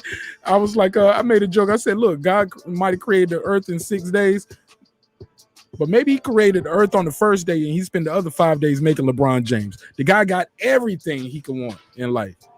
And a little joke. Some people might say that's blasphemous or sacrilegious. Y'all get the joke though. Kill me in the comments. It's only blasphemous because it's LeBron you're talking about, but I get the joke. A king is a monster, born to Gloria James, December 30th. According to Shannon Sharp, yeah. But according to me too. According to me too. Okay. That dude is, look, imagine the immense amount of pressure this guy's been under. Kept a clean name. He was everything he said he was. Didn't get in no trouble. Stay out of trouble. All of this time too, bro. You know, it's all kind of dirt being on his name. He found a way to maneuver through all of that. Because y'all already know Kobe was supposed to be the Space Jam dude. But that case, man. No, I don't know that. God bless. No, I'm just saying, in my mind, Kobe, if anybody was going to do Space Jam, it should have been Kobe. Yeah, I don't remember him showing no interest in doing nothing like that, doing a remake of something that. Respectfully, of course. I don't think nobody was asking for it back then, neither, though. I don't think anybody was asking for it now. I think that's why it's not being received as well amongst a lot of people. I'm out of here. I'm out of here. I don't think people are asking for it now. I'm gonna let y'all cook the rest of the show. I'm done. I'm out. I ain't taking no more LeBron. I'm just being honest. I don't think it's being asked for it now. I think that's why it's being received the way it's been in terms of critical. Oh no, I think acclaim. honestly Kobe would have did a better. Now I didn't watch all of it. Because you know it's on. You watching it online or whatever is different. It just didn't pique my interest at the moment. But I think Kobe has done a lot of anime and puppet things here and there, and I think Kobe would have did a great rendition of that. But the problem is, like you said, the case. They want Jordan to be this perfect person, but Jordan wasn't perfect. Right. So I mean, if Jordan got to do Space Jam, then Kobe should have been able to do Space Jam too. Yeah, I don't even think that Kobe Bryant would be interested in it because he seems like a person that's interested in telling original stories with his book series, the that he has, and I think he wanted to turn those into animated series. And I still think that they're gonna fulfill his wishes in doing that at a later date, even though that he's already transitioned on. I believe that they're gonna still do that with the stories that he started out with. So I don't even see him being interested. And then hearing his interviews about Space Jam, when they came to him with the idea of being in it, he shows no interest in it at all. I respect your opinion, but I gotta cut you off because I can't handle no LeBron slander over here. The opening scene is so moving. It just look, and they take shots at him in the joint too. They was like, it was like, well, what he doing? It was like, well, he left Cleveland, left Miami, left Cleveland again. Look out, Lakers. Because they was talking about, is he gonna switch teams or something funny that happened in the movie? They take shots. He takes shots at himself. They take shots at Anthony Davis and them eyebrows. Because when they make him a monster, he was like, damn, what they do to my boy AD? Like LeBron leaves some things to be desired in the acting department. Let's be clear. I've seen him act better on I believe he was on Billions, and I think he acted better there. I've seen him I just seen him do other guest spots where he touch on certain things, and I seen him perform better. But I love the movie Space Jam as a whole. I will be watching it with Baby Nash over and over again, just to motivate or inspire, and just to watch cartoons. And what can I say, man? You can't win them all. You was going to say that you saw him do better acting when he flops, but go ahead. Okay, yeah. That's good. Yeah, I think he'd be an expert at acting. Oh man, y'all leave LeBron James alone. That's the king. That's the king now. Yeah, there you go, right there. He act like the king. Perfect example. Stop. My bad. What I meant to say is he act like the king of LA I call him the king of Akron, and he is. Yo, so is that what it is with DB and you and other guys I hear from the Cali side? Like, what's that's the thing with LeBron is like he didn't start his career there. No, not with me. I can't speak for DB and them, but with me, my thing is. Hold up. I know you can't speak for them, but you are in the city. You are in certain groups and circles. What is the general consensus from what you hear? At least give me that much. The general consensus from what I hear is LeBron James is the best player in the history of all sports. Now, my opinion is he's not close. He's a great athlete. He's a great player. He seems to be like a thoughtful person. Although I do know some things that are less. Hold up. Crazy off the court, but I'm not in the position. I'm not in the business of going there like that. You know what I mean? I keep it basketball, and in basketball, I feel like there are things that he hasn't worked on in his game that leaves holes in his game. So my issues with LeBron James is his basketball game, and this persona that he puts out there are more the issues that I have that I have. But the general consensus is he's the best athlete since athletes were invented. But I don't share that opinion. He doesn't. There's a lot of things that he doesn't do well on the basketball court that you would think by his 19th season he would have worked on. But when you do something great, do it until the wheels fall off. But and I respect that. But I don't like when people outside telling the story, they have critiqued all of these other players year in and year out throughout the history of the sport. But then when this one player comes that they like, they make it like it's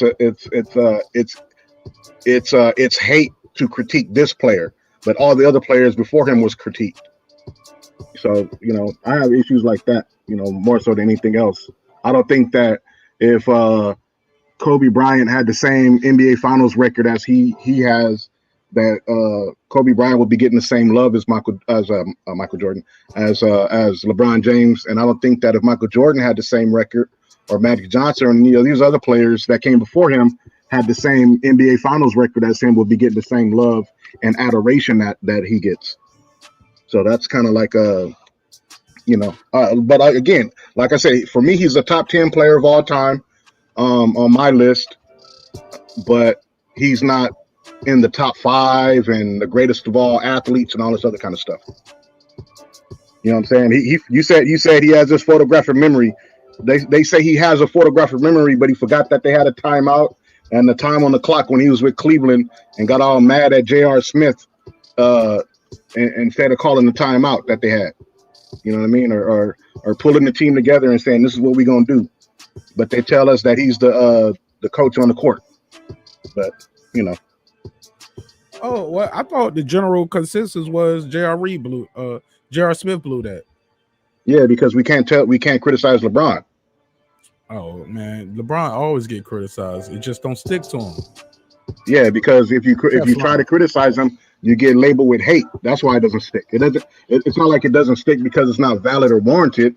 It's because whenever you critique him, like we can critique Kobe Bryant, right? We can say, hey, look, you were overly aggressive here and not aggressive enough there. You needed to do better at leading your teammates and becoming a better leader here, and you should have had them more prepared there. And that's fine. But when it comes to LeBron, we say, hey, listen, he's not a great team leader.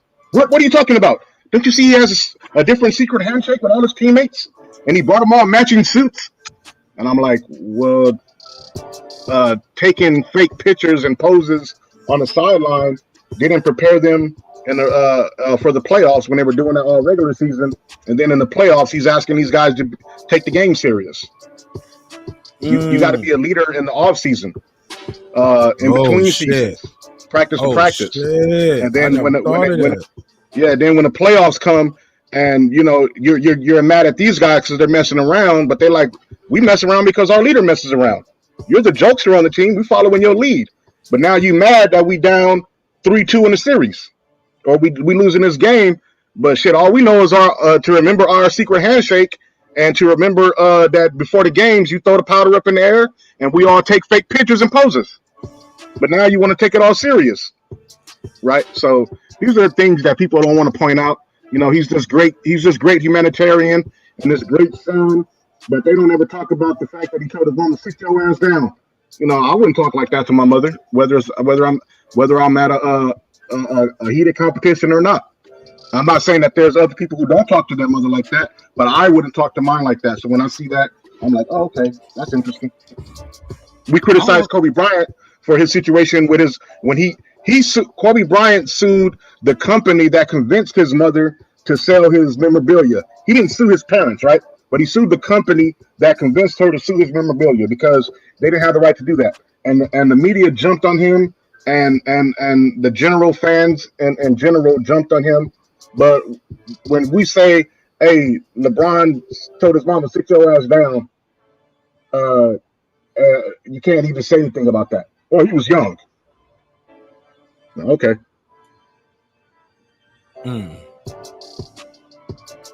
Sir Senior, would you like to continue on more LeBron James slander, please? Well, I don't want to slander the man by any means. No, I'm just I don't want to, like, I understand why, you know, I would tell my mom to sit down too if she's out there being fast and my team trying to smash. And she let me. How can I be the leader of the team with one of the worst players on the team banging my mama? But that's not what happened though. Y'all changing it. Hey, what they say? Y'all moving the golf post. Y'all leave me. Hey, shout out to Major Key Boxing. What up, Major Keys? Hey, real It's not talk. Go Major subscribe to Keys Major. neither. Hold on. You doing? Hey, You doing Troy right now? Go ahead. real talk. Go subscribe to Major Key Boxing. This brother be putting in work for the boxing community, and be having some of the best interviews with trainers and boxers. And Marq Nash joins those panels and interviews those.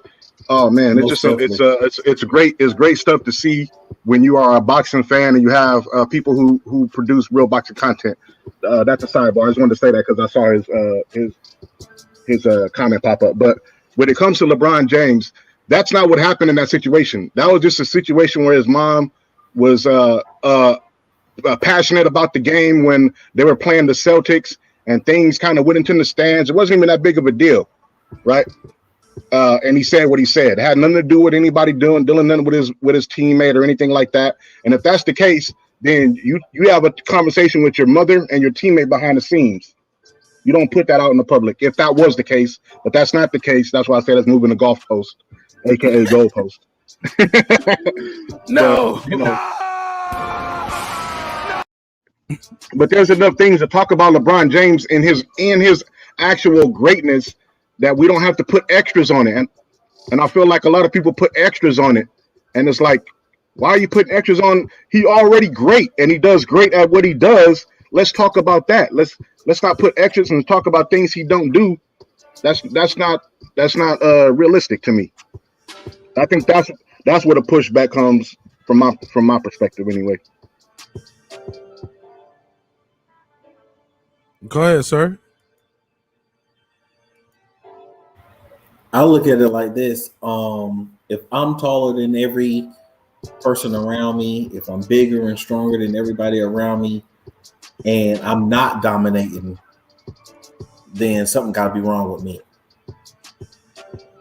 So if he's built like the original Space Jam Monstars and he's not dominating, what's going on? So every time he fails to do the amazing stuff, what's going on? Because he's literally built like the Monstars on Space Jam 1. So why should he not be dominating and bullying everybody else? What happened when he went head ups with a player who wasn't willing to back down, even though they were smaller? I mean, you got little point guards out here going head up with LeBron. Ain't nobody go head up with Jordan. Well, Jordan will punch you in the eye, but still, I'm just saying. Yeah, the game changed too, though. The game ain't as physical as it was back then. Because let's be clear, some would say if the game was as touchpad as it is now, Anthony Mason could be LeBron James. You get what I'm saying? It's a lot of big guys that wasn't as physical as LeBron. They weren't dominant because they weren't athletic. LeBron is that big, but he moves like a gazelle sometimes. Or like he's literally bounce, like he's running full speed and he bouncing that ball and he coming through the damn lane like a running back. Hey, look, if anybody watching, the only reason the show is still going is because Kyle texted me and told me, he said, man, I can't start till 1:30. So we just been stretching it out a little bit, having fun, because we want to support Kyle. But also, man, it's Friday. I ain't got shit to do right now. Hey, Mark, can I slide in? Can I build on something you just said? Absolutely. And let's let well King Asian get. I'm sorry, go ahead. What up, King? But because y'all just said he was talking about the size of LeBron and in terms of his stature versus other players, and you were bringing up the fact that he can run like a gazelle. He's a specimen when it comes to athleticism, and that's the thing that I'm talking about right there. So what I'm saying is let's talk about his greatness where it's warranted, and let's not put extras on it. Right? They'll be like. So, for example, he is the biggest and the strongest and the fastest in terms of the total package, right? But then you say he can get he can average a triple double if he wanted to, and then you look and you be like, well, how come he doesn't do it? And I mean for a regular season run, right? And so if he does it in the playoffs, they'll be like, you see, he can get a triple double when he wants to, and it's like, okay, yeah, that's great. And then they'll say, well, he can do it in the regular season, but then he doesn't. But they'll put this narrative constantly out there that he could if he wanted to. Meanwhile, Russell Westbrook does it. And then the media trashes this guy. Russell Westbrook does literally what they say LeBron can do if he wanted to do it. He goes out and does it, and they be like, "Oh, he can't win with this guy. He doesn't pass the ball. You know, he doesn't get enough assists. He's hogging rebounds, and that's how they talk about him." But they don't point out that Russell Westbrook hasn't played with Ray Allen, Dwayne Wade, Chris Bosh, Kyrie Irving, Shane Battier. You know what I'm saying? The list goes on. Mike Miller and these guys like that. He played with Kevin Durant and what's his name? James Harden when they were young, and the front office messed that up. That's who messed that up, because they couldn't find a way to get the right coach in there with the right system to get those guys to buy into what they were doing. And so what ended up happening was the media blamed it on the players, as they always do. They blamed it on Russell Westbrook. But then when Russell Westbrook wasn't the issue, and then Kevin Durant decides, okay, I'm going to go over here, then they started, the media went against Kevin Durant. And then when Kevin Durant went to Brooklyn, the media went again, they going against Kevin Durant. Oh, man, look at this. He's so sensitive. He has antennas everywhere, and he has a burner account. What the fuck is that? Is he balling or not? Is he not balling? Is he in a position to? Does he put his team in a position to win more times than not when he's going or not? You know, that's what it boils down to. And with LeBron James, like I said, there's enough things to talk about in his greatness that they don't have to put the extras on it. That's all I'm saying. They don't talk about LeBron James like they talk about players from years past without getting criticized for talking about LeBron James. And I think that's what a lot of old players, Hall of Famers, old champions have more issue with than anything else. But what up, Asia Math? Go ahead, King. What's up, Tank, man? What's up? Salute to everybody watching. Salute to the chat. Salute to the panel. What's up, sir? Now, sir, done fell asleep already. What up, Mark? No, I'm joking. No, I'm still here. I ain't sleep. I'm still up. And watch your sensitivity, because you know we catch and shoot now. I'm gonna say, damn, y'all sound like some of these hoes. I'll be putting these hoes to sleep and shit. Yo, you missed it earlier. Asia Mav, we had a whole roast session at the beginning of this. I got to take a clip of that and put that out. My boy Mike, that guy Clips, came up here with a turban on, but he had like his turban looked like the dish rag pattern, like little blue and white checkers. Or you ever seen like them a picnic table when they on cartoons, how it looked like a checkerboard? He had that in blue. He had the Crip version. He had the Crip version of the picnic table turban. Rolling and shit. He gonna look at the playback and say, "Damn, King Asia Bad go to the side when I'm not there." So let's do this when he get back on the panel. He got his jokes off, and we had a good time. But shout out to that guy Clips. Go ahead. You got the floor, Asia, man. Marq Nash said he had a Cripnick table. Right.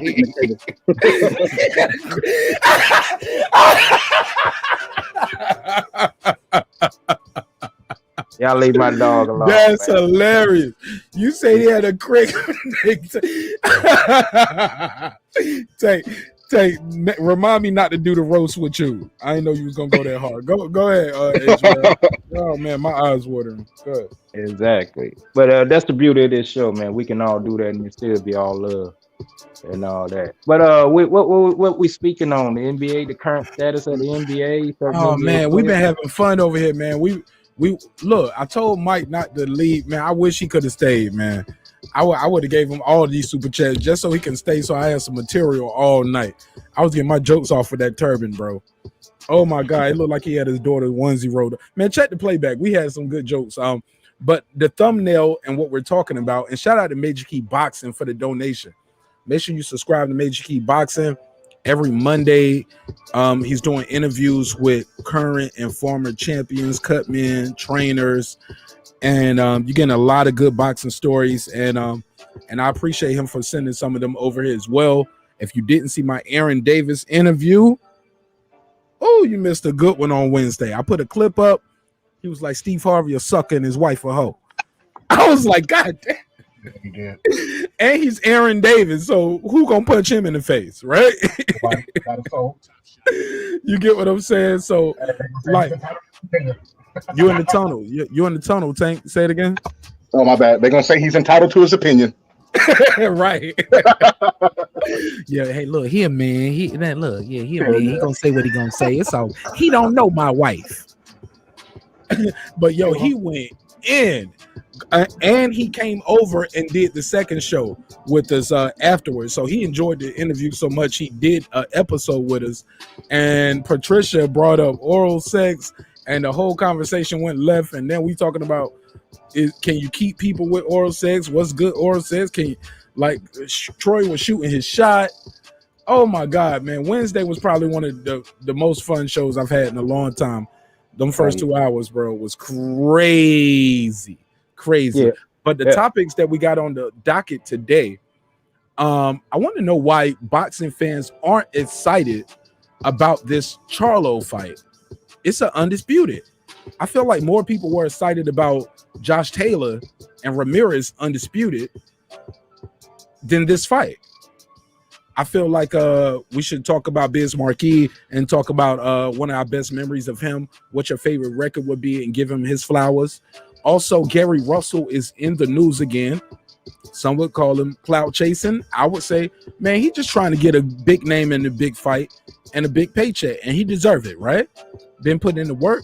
He's doing what he got to do. It ain't easy for a grown man to walk around and fight at 126 pounds, especially a black man. You know how them cookouts be. You know your auntie got that mac and cheese on deck, baby. But Gary Russell has found a way to stay at about 126 pounds. Maybe 136. He stayed within fighting weight. He never misses weight. He says the fight between him and Tank would be bigger than Barrios. He doubled down and said, I don't even know what that shit sold. I'm paraphrasing, of course. I don't know what that shit sold, but I know me and Shawty fight. Me and Shawty, we're going to do more numbers than that. Me and Shawty. I'm paraphrasing. That's my Gary Russell impersonation. I love you, Gary. Real talk. But let's be clear. Those are the things that are on the docket. Also, it's a hip-hop question that we got on the table. The LOX over DIPSET. Who are you picking and why?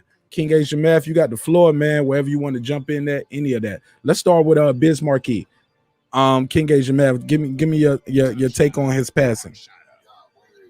Oh man, that's my condolences for him and his family. You know, thoughts and prayers go out to them. It's just ironic. Yes, you know, hey, it seems like every time you turn around, it's a passing of one of the great ones. Lived a short life. He's just a year older than me, than myself. So I feel like I have more years ahead of me than behind me. So in that perspective, I feel like he lived a short life.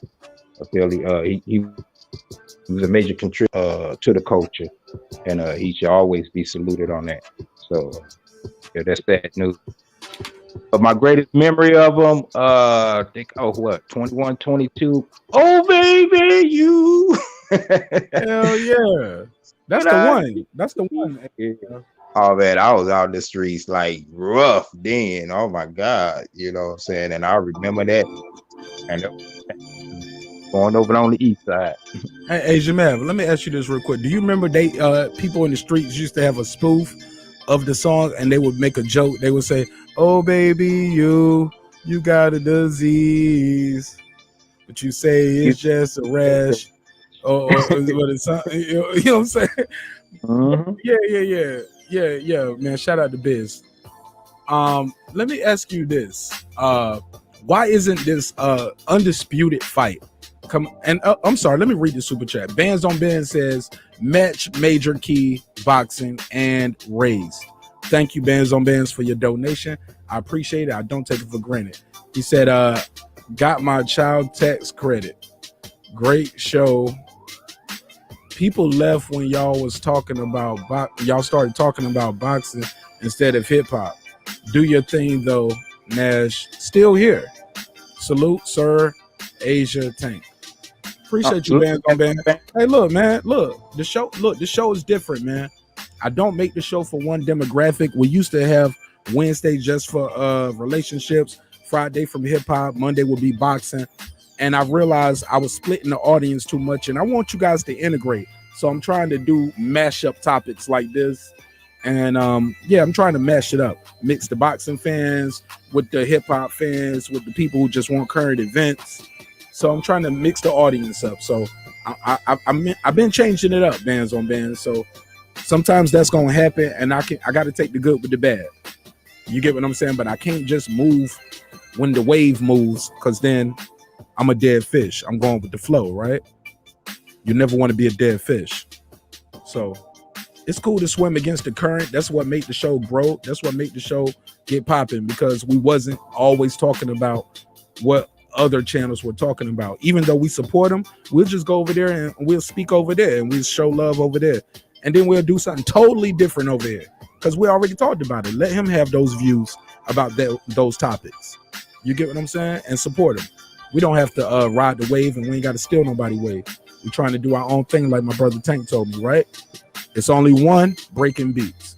King Asia Math, like this fight ain't getting some of the attention that Josh Taylor got.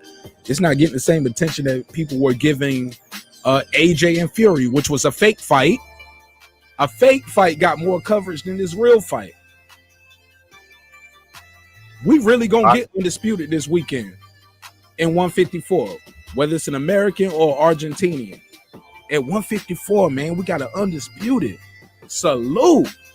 It's not hard to get. It's not easy to get all these belts together like that. Things happen. People relinquish them. Move up. Come on, Asian man. This is huge. Who cares?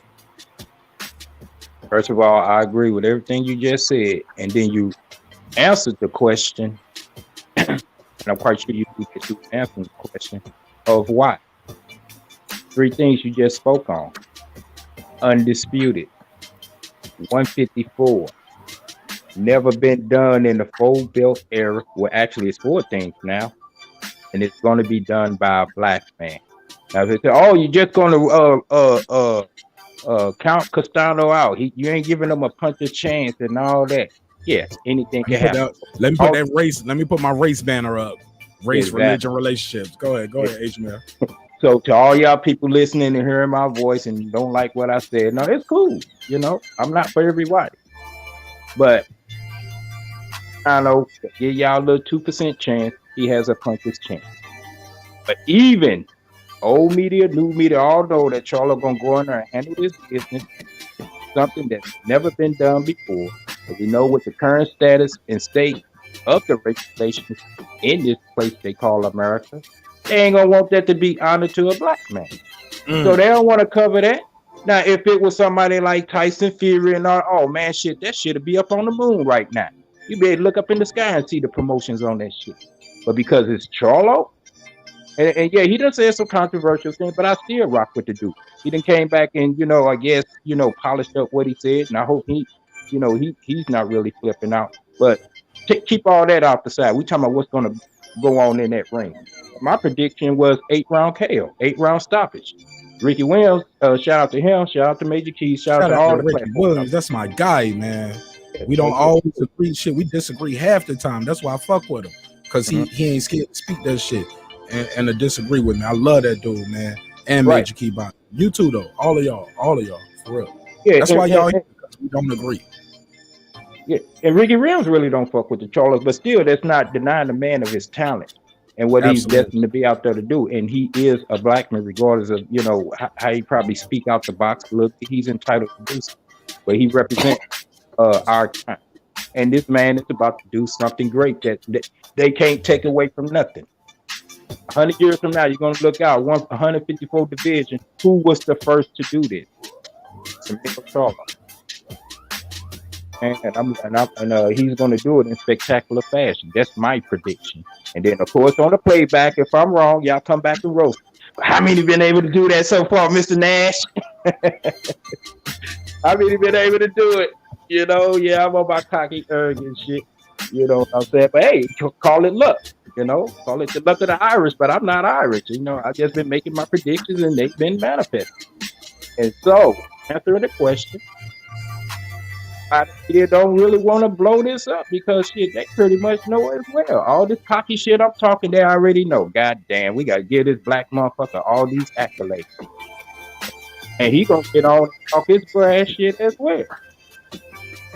And I like that shit when he do that. I do. The old Charlo, when he was, he was a little bit too rough, but he got on it now when they would say, hey, what's the current state of 154 division? How you like you said, he gave a shout out to all of them. He said, man, I like them guys, even though I ran through a bunch of them. That's what he said. Go listen to the song. I said, I done ran through a bunch of them, but it's you know what I'm saying? I like this division. You know what I'm saying? But once again, that's why it's not getting all that coverage because they pretty much know what's at stake. You know, they hoping, they on their knees praying right now. Please, Castano, please just close your eyes and throw a Hail Mary. Who is they, King Ajman? Oh, they. I thought now your thing's about to go up now because they listening now. Damn, who is they? Who is they? Who is they? You know, the Europeans, the naysayers, the one that don't want us to shine. You know, that's who they is. The ones that's not giving this the coverage that it's deserving of. You know, this is just like, to me, up there with Ali Frazier, Thriller in Manila. Except for, yes, man, I'm talking about looking at what's at stake. No, neither one of them has the big presence. I get it. I'm talking about in the whole general concept of what's going on at the current state. You know what I'm saying? This is his story. You know what I'm saying? You just said it's hard. It's hard getting all four of these belts together like that. And that man, it's hard, bro. It's not easy, bro. Look how long AJ had all them belts. Wilder just had one, and it was and we still ain't got that. Exactly. We still ain't got undisputed in heavyweight. And one guy had all the belts instead of one. Then they start selling. What Fury got one too. He got the lineal. Man, won't nobody counting that lineal shit, man. They were though, because they was. That's a magazine belt. Ain't the Ring a magazine owned by? Don't Oscar De La Hoya own Ring magazine? Exactly. Am I tripping? You just made another point. They was echoing this lineal championship more than what they talking about this for real undisputed championship. You couldn't get away from lineal, right? Because look, Asian man, look, if the belt means so much now that Fury got it, and he's this guy, and he's the man all over America. He the motherfucking man in America. Man, you know what I'm saying? All over the place.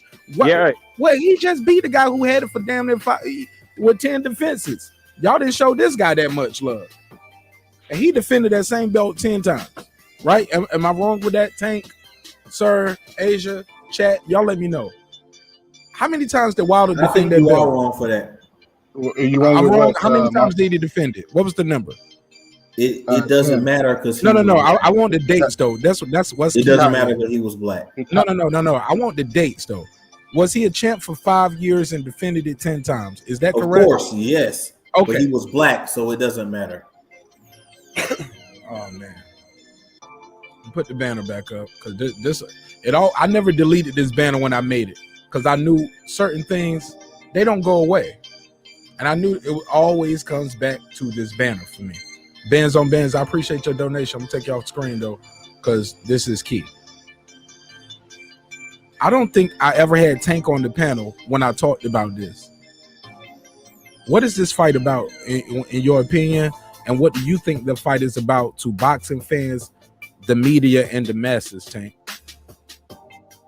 If you want to pick from this list that I got on the screen, that's cool. If you think it's about something else, that's cool too. Like I said, guys, the show we supposed to end it, but we just riding it out because it's the weekend.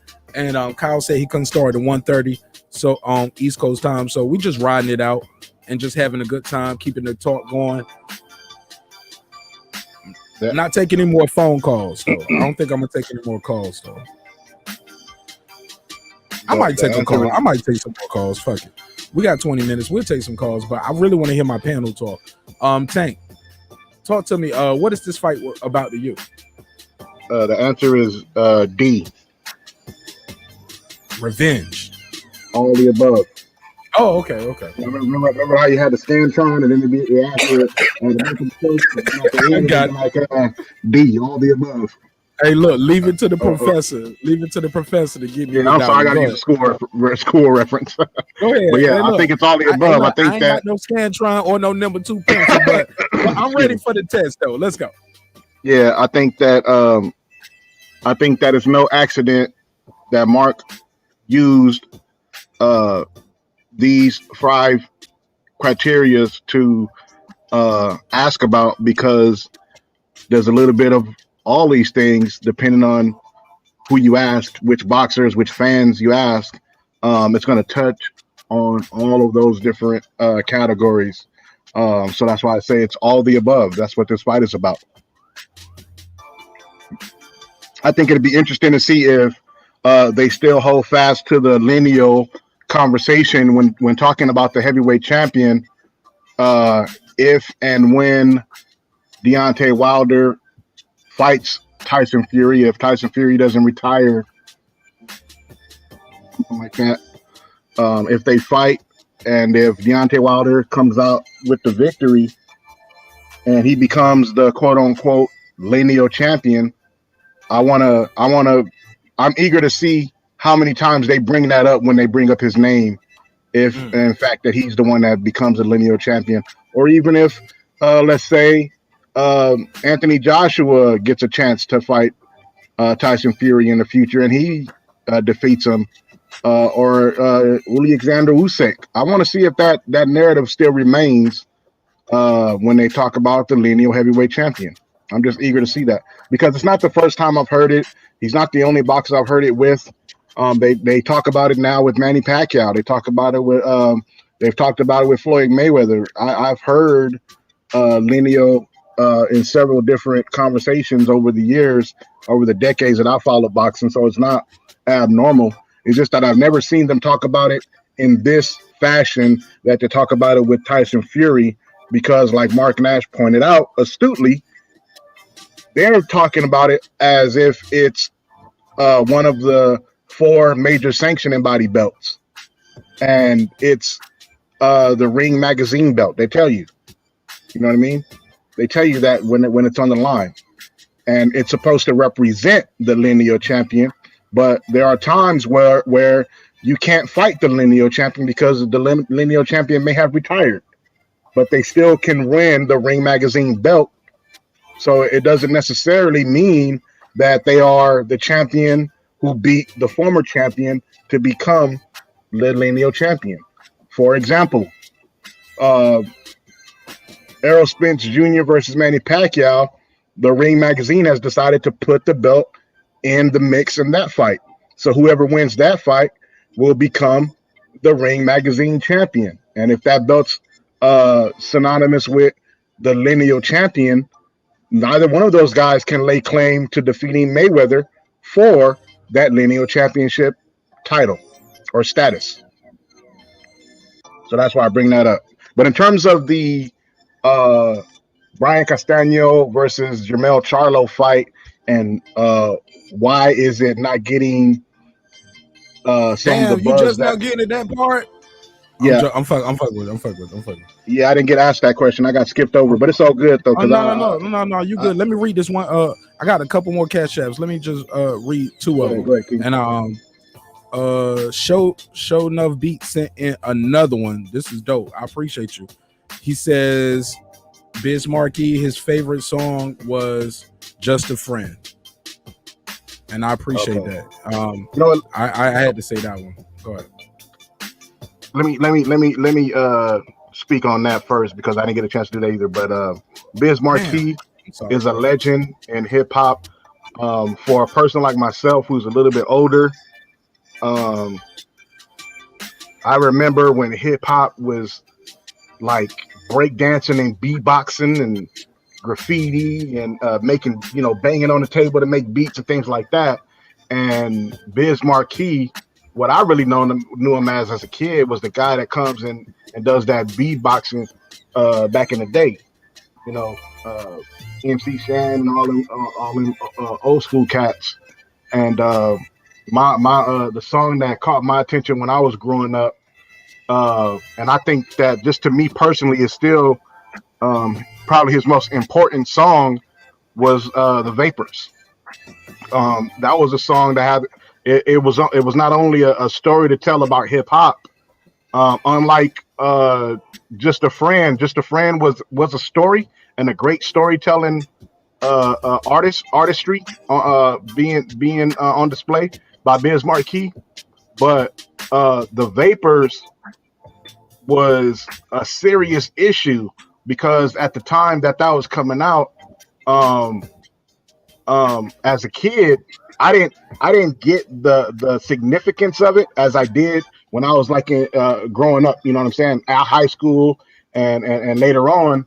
But I just like the way it sounded as a kid. But that song and the impact of it was talking about the importance of not being overly promiscuous and having irresponsible sexual relationships with different people, and knowing that not to be sharing all these women who are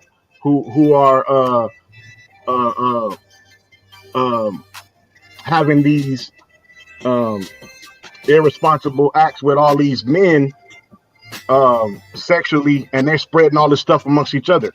And that's what the song was about. Although it was a great story and it was a great sound and vibe, but I remember that song growing up. So it kind of helped me to be responsible as I grew up and later on in life, you know what I'm saying, as I hit puberty and so forth and so on. But I think that that's his most impactful song. I wish that song played more than Just a Friend, but I get why Just a Friend plays longer. I think that it's a song that a lot of people find entertaining and funny. But even that one's not. It's not really. It's kind of like a sad song, right? So if you listen to the lyrics of Just a Friend, that's like one of those Shakespearean kind of stories in his storytelling ability. But Biz Markie was a great storyteller.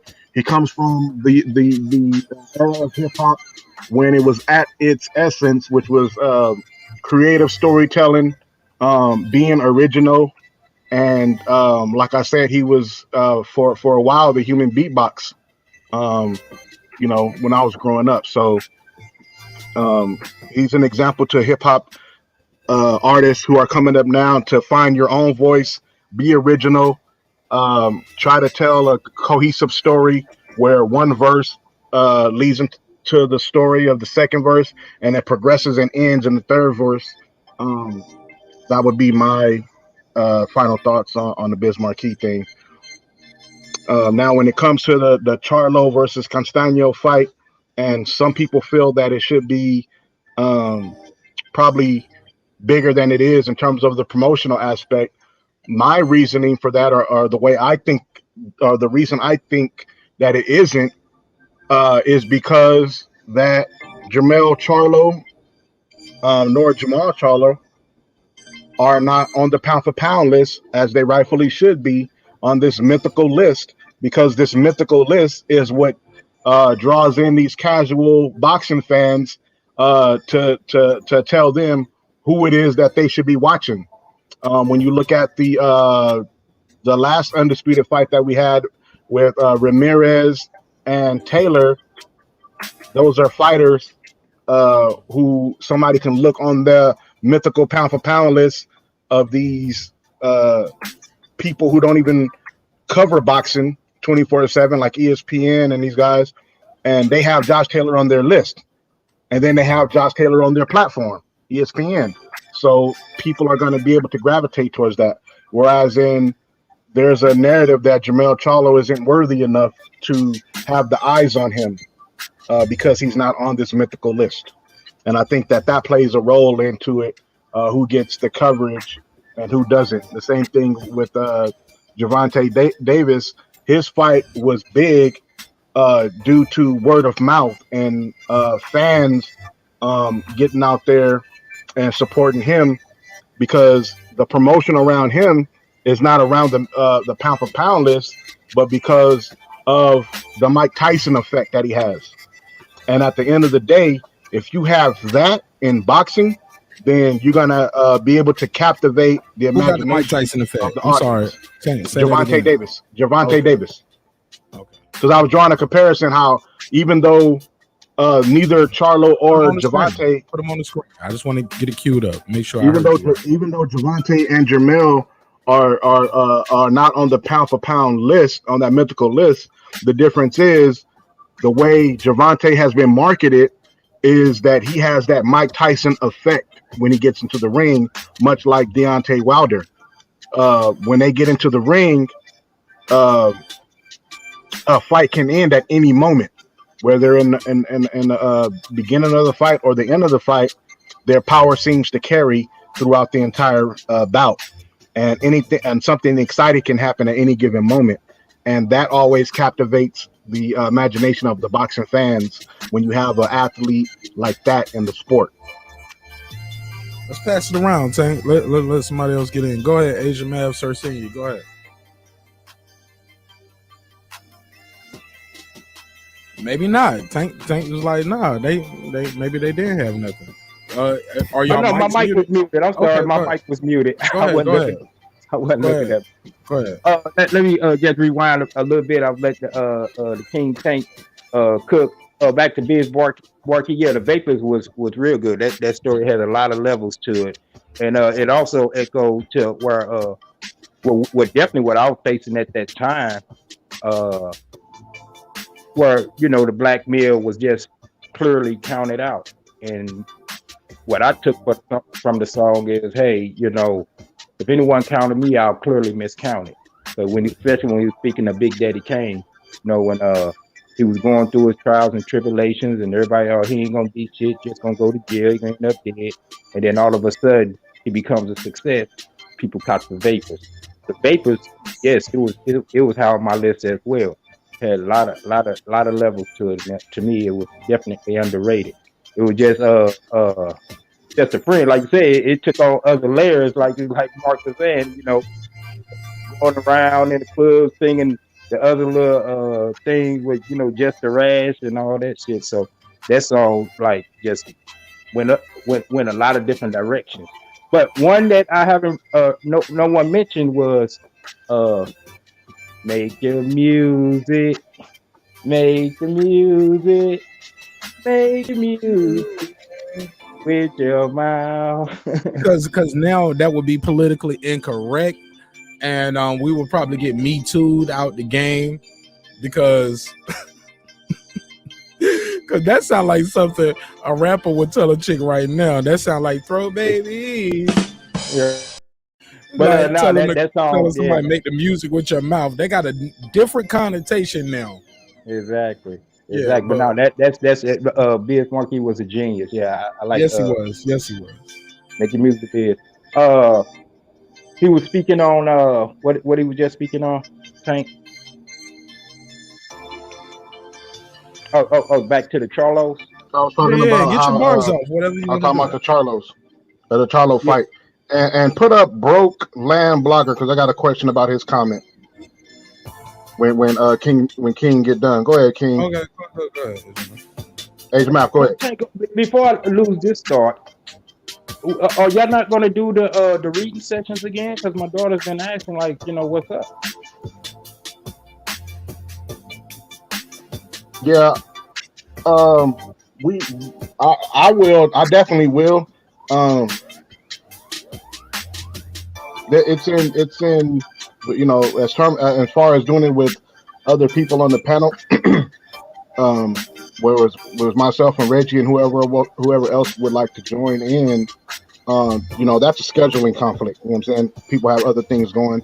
I may be doing something, he may be doing something, and then he may be doing something. You know what I mean? Vice versa. But I wanted to put that on create a Patreon and do that, but and do it like a recording of it and then put it out like that. But we'll see what's going on. That time is money, and these books are expensive, and it's a lot of stuff going on. Like I said,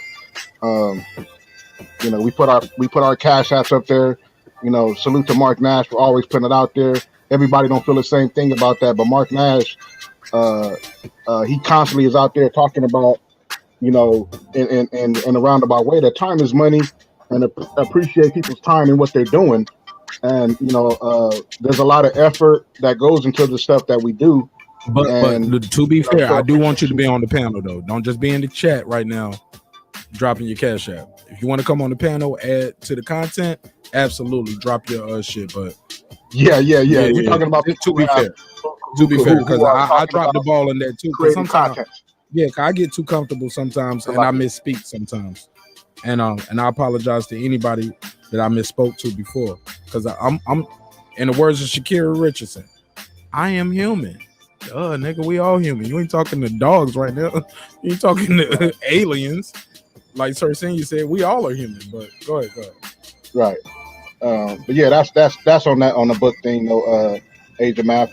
There were some things that I had planned, written down in 2021 and goals, and starting a Patreon and things that I was going to put on the Patreon, and I wanted to test them out. I wanted to have tested them out on the YouTube platform first, to see if there was any interest. Some of it was more interesting than others. So, but it's always a work in progress. But it's coming. We got plenty of books to read. Exactly. No, I was just letting you know we're here for the support. Y'all was impressed with them, so they enjoyed it as well. So I think you have my contact information.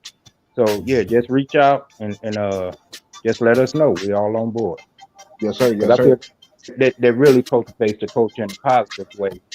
Get children, into literacy as y'all have. So salute to y'all for even bringing it to the platform. Absolutely. That was my goal for bringing it up, putting it out there. What were y'all doing? What did I miss? What were y'all doing? You said like last year sometime I was on Reggie's channel, and we were talking about some other stuff, but I had my camera on. That was when I was still putting my camera on, and I'm not gonna say who it was or whatnot, because it was all fun and game. It was all in joke form or whatever. But they was joking on the fact that I had books in my background and on my setup, and I had books, and the person was trying to hold on. You got make this funny for me. What's the joke about somebody having books in their background? Well, what they were saying is, what is that? What is that? Porn?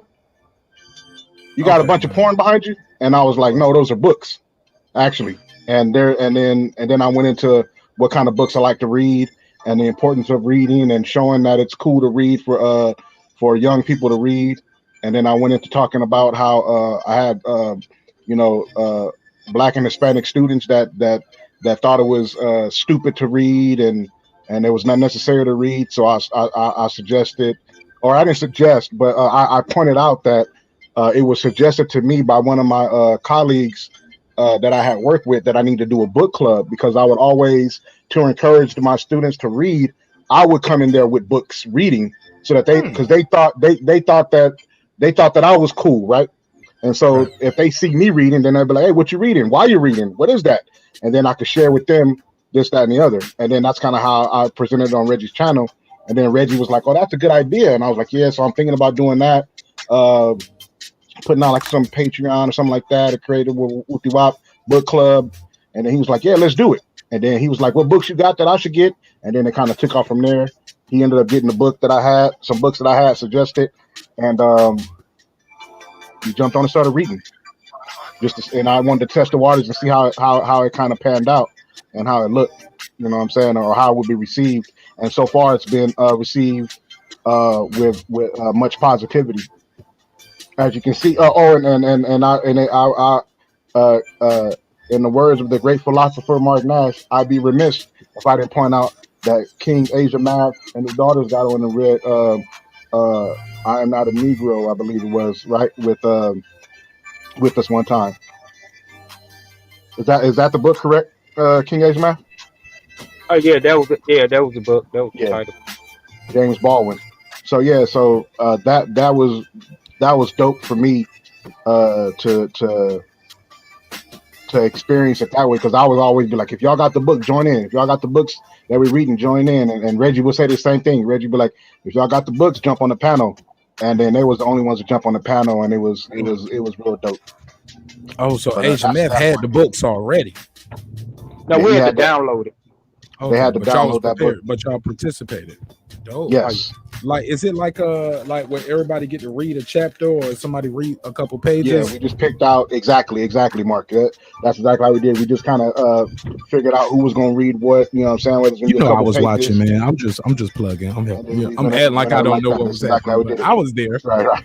Yeah, I was there. And shout out to Reggie Owens, man. Box conversation with Reggie Owens. We disagree a lot on different things, but he and I agree fundamentally on a lot of other things. And that's why I think the brother is special.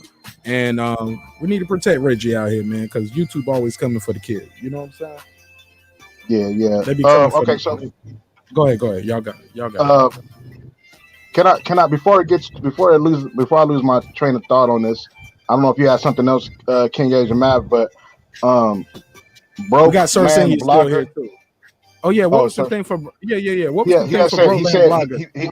I was talking about. I didn't know who his comment was directed or what was the context of it. So I wanted to ask him what was the context of it, because I was speaking about Jermell Charlo and this fight not being what it should be, because Jermell Charlo is not on this mythical pound for pound list that's by ESPN and some of these other entities, right?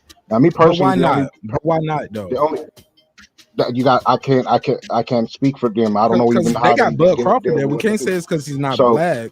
It's because he's black. That's why I said I can't. That's why I said I can't speak for them as to why not.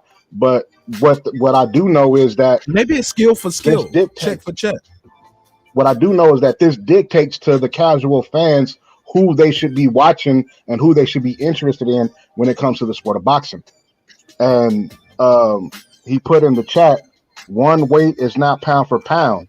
And I didn't know if that was directed to the comment that I made or not, because and then he put it, I meant no disrespect. And I didn't take it as disrespect. I just wanted to know so that I could respond to it if it was directed to, if it was based on what I was saying, because if that is the case, then I have to ask, well, how many different weight classes did Josh Taylor participate in his career?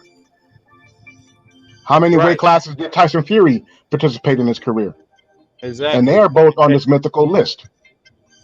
So And that's why I was, different weight classes is not the only criteria as in placing a person as a pound for pound great. You know, getting multiple titles is another component in factoring in who's pound for pound great. You know, so and then the other thing was I never said that one weight was pound for pound, because everybody, it's a subjective thing. There's no set criteria that everybody has to go by. Like, for example, the only pound for pound list that I gave credence to, or that I stamped and said that I rock with, or I give respect to, is the one that Champside came out with January 3rd at the top of the year. That was it. Nobody else's I stamped. I may post or talk about it, but you know, and on that one, Jermell Charlo's high on that list. So I respect Champside's list, but my point is dealing with the ESPN, who is the self-proclaimed worldwide leader in sports. They supposedly move the needle in regards to sports, and if they are telling the people who they should be watching and paying attention to, that's who they're going to pay attention to. And Jermell Charlo is not one of those people. That was going to my point, is why this fight isn't as big as it should be, even though it is for Undisputed. Yeah, man, I appreciate everybody who came out the night before they went to the club or whatever they was getting into on their Friday night, whatever other things you had to watch and do. At one point, man, we had 28 people in here. At one point, it jumped up real quick to 32. It dropped back down. It's going up and down every time. But me, I don't really care too much about it, as long as we're having a good conversation. I'm enjoying the guests. The guests are enjoying each other. Pause. Unless we got a beautiful woman up here like Patricia. Had to tell them in the chat, that's my Wi-Fi wife. Y'all stop trying to get into y'all channel. Love Patricia for what she's doing in the chat. Shout out to Patricia. She keep the chat lit. She's letting you know if you're on the panel, if you got something to plug, she's pulling it up. She's plugging it in. If she's fact checking too. When we say things and we asking about it, she'll pull it up. You get what I'm saying? So we can fact check and come right back. Hopefully, like we ain't gonna do too many detour links. We want to keep them here once we got them sometimes. But we definitely can start sharing the screen though. I'm gonna start trying to get Patricia backstage. So even if you don't want to be on the panel, you can be backstage. So some of those links I can when you doing those fact check things, sis, I can pull them right up because she a beast with that. They calling me the fact checker. No, Patricia got the man. She probably got like 4 laptops over there. Hey, look, she yo, y'all ever seen Minority Report? Patricia, Minority Report. She in there doing like this.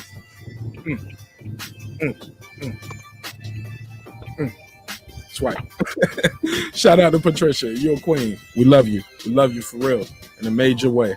Kyle said he's almost ready. So just want to challenge everybody to do that support. Go over there, whether you're watching this now or later on. Still go to the show. Like look up that episode when this episode ended. Go over there to that episode because usually we keep the energy going and we turn up even more over there because they're on West Coast time. And over here on the East Coast time, your drink should have really set in by now. If you started when I started, right? That's for Kyle, because Kyle was like, you ain't getting all your jokes off because you drunk. I was like, no, nigga, you still ugly when I'm sober, nigga. Fuck you mean? It's me, nigga. Nash. But for real though, it's been a hell of a show. And we've been talking about a lot. But I want to tell people to continue to support these content creators out there. And also, as far as the conversation we were having, I think it must be said that the Charlo brothers, I believe DB brought it up earlier. I believe, I don't know if Troy said it. Maybe Sir Senior said it as well. The Charlos leave much to be desired in the personality department. Yeah, they don't seem approachable. When you see Deontay Wilder, 6'7", yeah, he's a giant, but he's a gentle giant.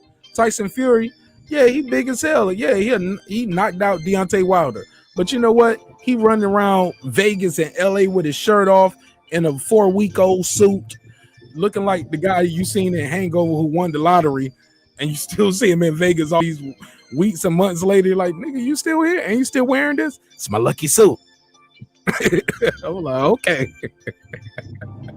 But like he's approachable. Shout out to Reggie Owens. Reggie bumped into Tyson Fury, and I know he's not the biggest Fury fan, if he's a Fury fan at all, but he is a boxing fan, and he pulled up on him, chopped it up with him, talked to him, and I appreciate Reggie keeping his decorum. You know what I'm saying? And then be like, you cheated, bitch. Like he wasn't trying to get a lawsuit when he met the man. He wasn't trolling, cut his camera on. He said, hey, let me make some content out of it. I can respect that 1,000,000% being a content creator. But what I can say is Tyson Fury is approachable. Many people will not approach Jermell or Jamal just because they whole attitude is like, I ain't here for none of that shit. I'm here, I'm in the mall to shop, nigga. I ain't here to try to take a picture with you, nigga. You gay or something? Why you want to take a picture with a nigga? Like, he'll make you feel bad as a fan, in my opinion. I ain't ran up on him yet, but I have heard stories. Shout out to Trick Noty. Trick Noty will tell you the story. If you ask him, he ain't shy about it. He tells the story about how his homeboy wanted to take a picture with Jamal, and he had a independent clothing company. Black man, brother, my nigga. Right? And at the end of the day, he was like, why I'm gonna take a picture with you and help you promote your clothing company? I got a clothing company. Nigga, you a star already. You can promote your shit. I need you to help me right now, please. And I'll be here to support you. I bought the ticket. I'm doing everything I'm supposed to do to support you. Okay, so you won't take the picture with me and holding up my shirt. All right, cool. I ain't asking you to wear the shit. I ain't trying to get you to be a sponsor or endorser. But yeah, I got the shirt right here, man. It'll mean a lot to me for the city, Houston, right?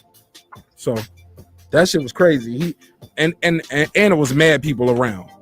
So like he just hurt his pride, embarrassed him. Like this at the meet and greet. Like you hear the meet and greet to people. These people pay extra to meet and greet with you. type shit. So those the kind of things that hurt the Charlo brothers. Why we don't see the Charlos on the Breakfast Club? Why we don't see them on Sway in the Morning? I seen Errol Spence there. I seen Bud Crawford do Sway in the Morning. We can't get the Charlos to do that. The people want to love you. That's the thing I want to tell black entertainers too. The people want to love you.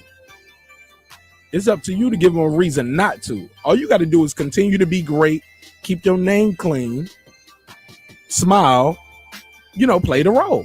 Smile, play the role for the people. Now, granted, I get it. We all have bad days, but these guys are having more bad days than other people at their level or higher.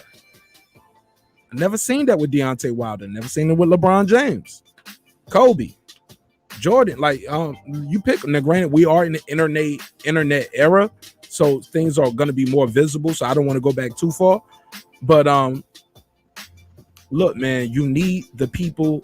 The people want you to need them. The people want to be loved because they want to love you.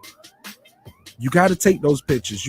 I seen people just flock around Deontay Wilder just to touch his hand, bro. They just wanted to touch him. Just like, and he just got his hand out. Everybody just, let me cut my camera on so y'all can see this. The brother is walking through the crowd. And this is not an anomaly, Tank. Asia Mav Sir Senior. This ain't no anomaly. You can pull this footage up everywhere. He just like this. He right this reaching out. And then he like, hey, brother. Hey, baby. Hey, how you doing? Yes, sir. Yeah, God is good. You ready? All right. And keep it moving. The Charlos do not produce that energy. They produce that energy like, nigga, fuck you.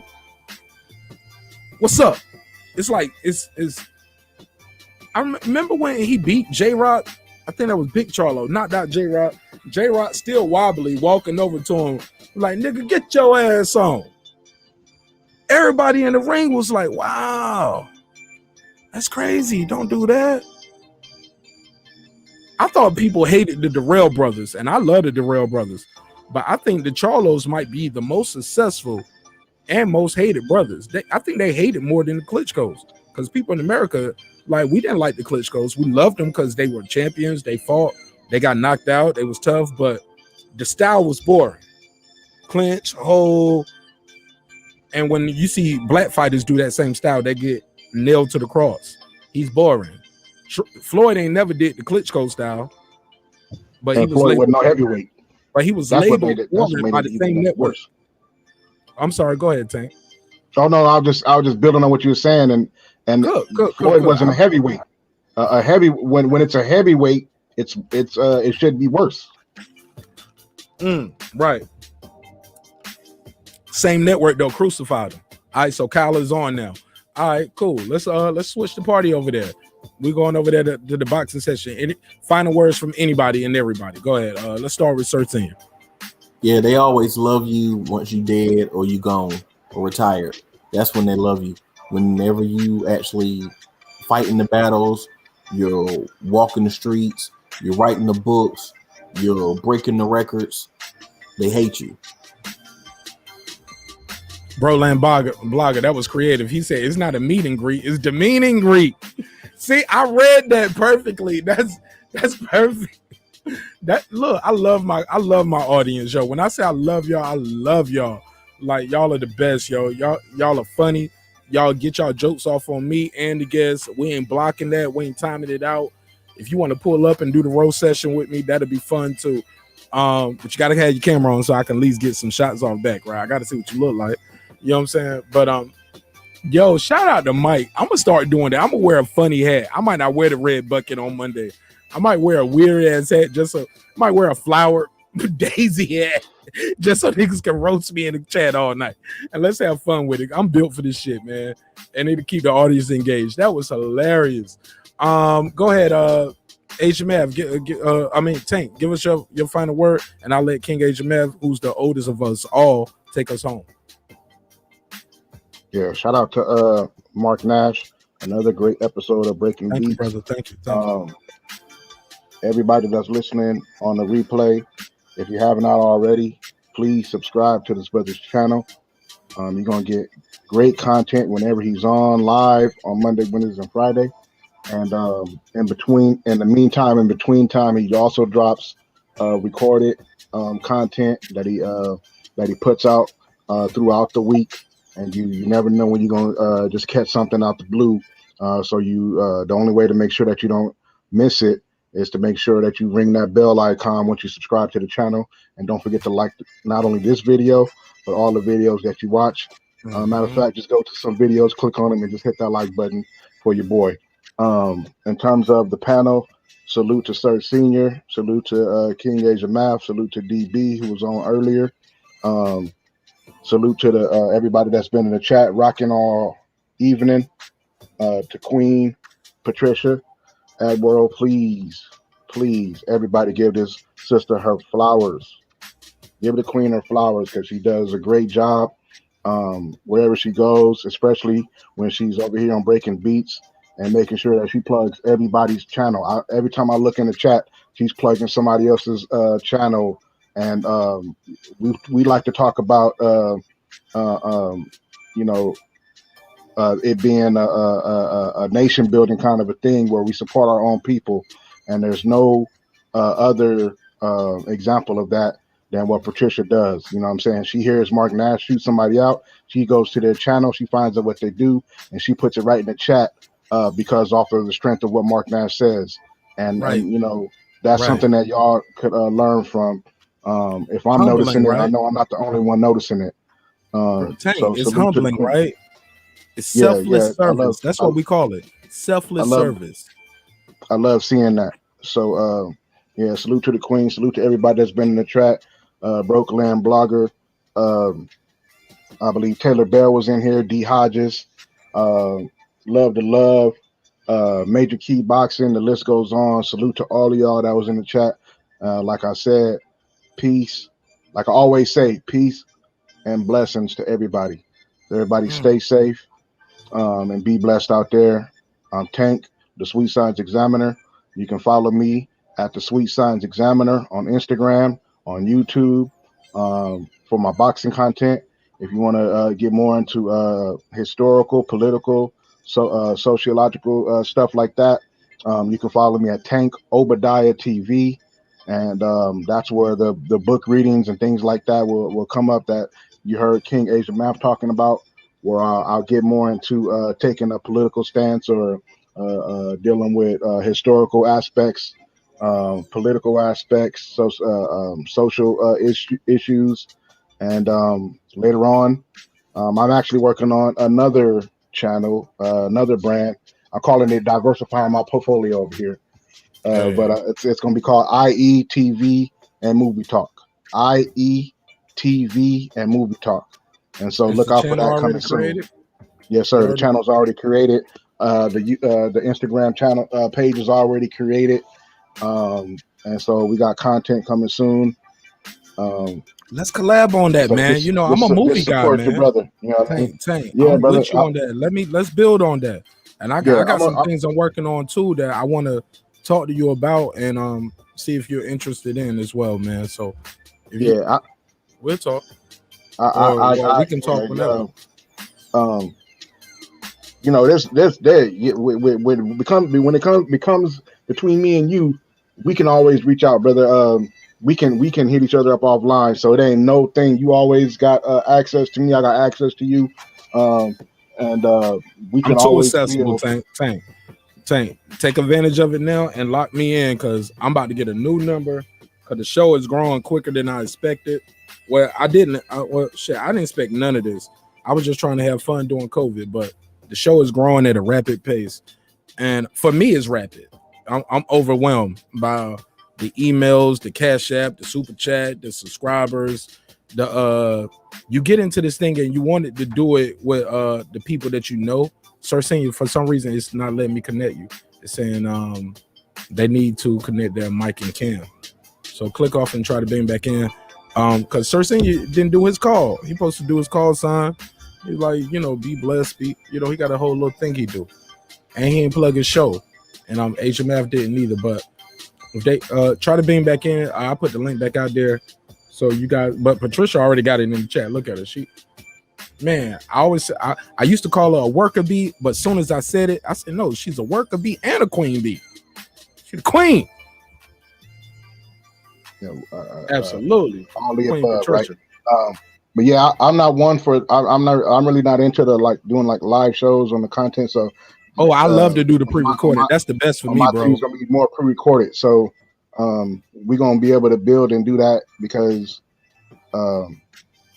that's just kind of how I wanted to do it anyway. So I saw how you was doing your interviews, and we talked about that offline. So there's just things that we can always build with. I figured out how to do some other stuff with the StreamYard.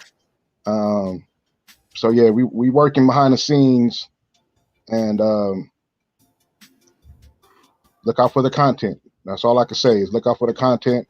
Come around and subscribe to the Sweet Science Examiner on YouTube, IETV, and Movie Talk on YouTube and Instagram, and Tank Obadiah TV on YouTube.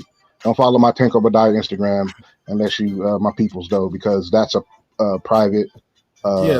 Yeah, you just ain't gonna accept those. You ain't gonna accept. I ain't gonna just accept any of those. Yeah, ain't everybody. So like, you gotta look and see how many mutual friends we got. Like, who you know? And if I spoke to you before and stuff like that, that's why you see that's why when Mark, I know you be because you own it, and so you can see that it's a whole different number on that than it is on my Sweet Science Examiner. And hey, look, I ain't gonna lie, Tank looked like an R&B singer from the 80s and 90s. Tank look like he gonna go up there and sing the draws off your lady. You know what I'm saying? Cool dude, and he be up there working out. And when I ain't working out, I'm like, I can't have my chick following him. So sometimes I might block some of your posts, Tank, because my wife gonna be looking at me like, why you ain't in there getting it in? He getting it in. Man, I'm one of them. Yeah, I'm proud of you, bro. Stay keep doing those videos and tighten that form though. Keep that hand up when you throwing that jab though. Don't let Marq Nash fool you. I'm shaped like a potato. Those are videos with what do you call it? Resistance bands. So the hands, that's what the whole drill is about. You know what I'm saying? Hey, look, when you remember Carl Winslow and that Eddie episode, he told in Family Matters, Eddie was doing bad in school, and he told him he came from a troubled home. The teacher pulled up, and Carl was going undercover for a drug bust.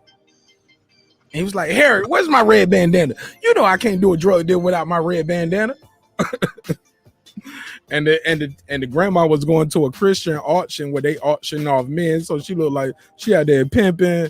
It was just a crazy day. And at the end, Carl told Eddie, he said, when I lie for you, I lie up.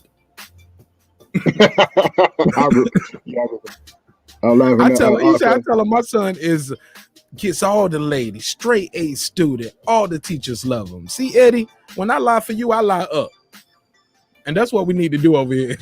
So but funny. My boy Tank is built like The Rock. They just don't give him no roles in the movie because he black. Nigga, y'all stop hating on him, nigga. I downplay everything. You gotta come find Love get roles. Faison Roll get love. Faison Love getting roles too. But let's keep it moving, man. Let's go on over. I downplay everything. So you got to find out for yourself. Because Patricia, she said being shaped like a potato don't stop you from whooping that arse. Exactly. That's why I told me and Centos was having a conversation because we be all into martial arts, and I told him I'm like I'm the Sammo Hung. So anybody who look up Sammo Hung understand that reference. But that's true. You know what I'm saying? You know how to fight. You know how to fight, and I'm confident I can defend myself. But I downplay everything because I make people you gotta find out. Hey, look, I'm gonna downplay everything because look, I'm scared. I don't want no drama. I'm scared. I fear for my life every day. That's what I tell the people because when it all comes down to it, I'm scared. I got to make it home to baby Nash. So don't make me do it to you because if I fear for my life, because I'm already scared. I'm scary. See, I got to put that on the live because I keep that goddamn it on. Record. It's on record. I keep the ultimate force multiplier. I'm not playing with you. I'm not playing about my safety, my freedom, my daughter. None of that. 100% facts. None of that. Like, and I know how. I don't want no problems. Bro, with I'm nobody. scared. Look, that's why I tell him up front. I'm telling you now. I'm telling everybody. Marq Nash is scared of you. Approach me lightly because I'm already scared. Because the show is growing at a rapid pace. And when I go out and I want people to know who I am, when I do the events, I wear the bucket. So I got a target literally on my head when I want to be seen. I wear the red bucket. When I meet up with the guys from the show, they be like, I knew it was you when I saw the red hat. I'm like, nigga, I wore the red hat for you, nigga. I don't wear this shit out. This ain't part of my, nigga, this ain't part of my attire all day, every day. I wear it for you. So you'll know it's me when I see you because you seen me wear this. It's the logo. I get it. But my brother, tread lightly because I don't know you. You don't know me. And like I said all the time, everything I said I was for better and worse. And it might not go the way you think it's going to go. But I know how it's going to go for me. We about to ruin everybody's family. Yours because you bleeding. Mine because I'm the reason. All right, but with that said, man, let's wrap this one up. Let's wrap this one up. Some real nigga shit. I always tell the same thing, dog. I don't need to be the smartest. I don't need to be the toughest. I don't need to be none of that. You know what I'm saying? All I want to do is make sure that I increase my chances of going home the same way I left home. You know what I mean? That's my goal. I'm not the smartest knife in the draw, but damn it, I can make a point. Yeah, man. Reckless rage is something, man. Reckless rage is a motherfucker, boy. And like, please don't play with nobody's ability. Dave Chappelle got this nice little bit where he talks about how he realized he was getting cheated in his Netflix deal. He talks about how he caught somebody doing the 3-card Monte on him, which always brings you back to that Fury thing when people's like, yo, it was cameras, there's people all around. It's people all around. How you gonna do that? I'm like, bro, you ain't never been to New York City. You ain't never been to Baltimore. Never been downtown Atlanta or California, Miami, Chicago. You ain't never been to no big major city in your life. Somebody pulling 3-card Monte everywhere. Were they doing it with the cards bent up? Go outside any military installation in America. Soldiers getting got every day. Whether they doing it with the cups and the ball, whether they doing it with the cards, the 3 cards bent over. Oh, man. Oh, yeah, you'll be surprised what somebody can do with. You ain't never seen a magic trick before? Even on TV or David Blaine or Street Met. Bro, you would be surprised what people can be all around you watching you do, recording you and everything. And they be like, I don't see how he did that. Yeah, man, it's called sleight of the hand, right, Tank? Yes, sir. People be thinking like, oh, man, there's no way he could have did that. It was people around. I'm like, bro, you ain't never been to a magic show? You ain't never played 3-card Monte? Do you know how 3-card Monte work? Oh, yeah, you'll be surprised what you can do with a whole bunch of people watching. But with that said, man, let me end this show, man. Because one way. Yeah, you want it to be one way. But guess what? Way. But what happens, Tank? What is it, though? It's the other way. Motherfucker. It's the other way, man. Yo, that shit is real. Yo, I love everybody for watching tonight. Too many names to mention in the chat. I got one more cash app I gotta read. Go to it. Shout out to the cash app, man. Thank you everybody for supporting. I put the money back into the show. I'm trying to pay the guests and the content creators because we low key, what we're trying to do here, we're trying to get a building. We want a little space that we want to rent that we can do the show from the space. So when guests come to Atlanta, because you know Atlanta's a dope spot, man. So it's always people coming here, but you know what I'm saying? We need a space for them to come too. You know what I'm saying? Pause. But last shout out to this is a funny ass name. Like I ain't reading people real names. I'm reading their tag name because some of these people I know who they are, some I don't. But this is Big Kush Blunts. Whatever Marq Nash was smoking tonight that said LeBron James is the next best thing to Kobe and MJ. I know he needs Michael Jordan. Not Magic Johnson, but he said to Kobe and Michael Jordan, use this cash app to buy more of that. Thank you. Thank you. I can't even. I appreciate the cash app, but I can't even buy a Lucy cigarette for that, my nigga. And I don't even smoke cigarettes. Like niggas talking big shit in the cash app for that $2. Hey, look, I appreciate it. That's too funny. I'm joking. Yeah, I'm joking. I'll give you my perspective on this whole thing with basketball because I love talking basketball. Yo, niggas be roasting me in these cash apps, but I'm gonna read them. He said, whatever I'm smoking, he wants some of that too. He said, use his money to get more of that. Nigga, what I'm gonna do with your $2? My nigga said I can't buy a Lucy. Nah, I'm joking for real though. He shout out stuff. to you, OG. OG really sent in $5 though, and appreciate it. Should I do that? Should I read the amounts and what they and this thing, or should I just read this thing? Because some people might want you to read the amount. They want people to know they gave 10, they gave 20, they gave 50. I don't know. Shit, man. And some people might not want you for that reason. That's why I'm saying you just don't know. I gotta ask. I just salute the fact that you put some pennies in the pot. That's what I call it, putting pennies in the pot. Some of these shits ain't pennies though, man. One penny. That's what I'm saying. Like, nigga, your wife might leave you. She might think we got a relationship, nigga, if she know you was giving me these kind of cash up. Cause these shits can pay bills, nigga. And I appreciate it. But I don't know what you do for a living and how much you making, but I appreciate you. And that's why I always give 1 million pennies. I appreciate it. Hell yeah, look. And that's why I give them primetime real estate every time they pull up. Man, what you got to plug? What you want to say? You got anything? Well, go ahead, get your jokes off. You know what I'm saying? Because these people are friends of the show, and I want to keep supporting them and build them up.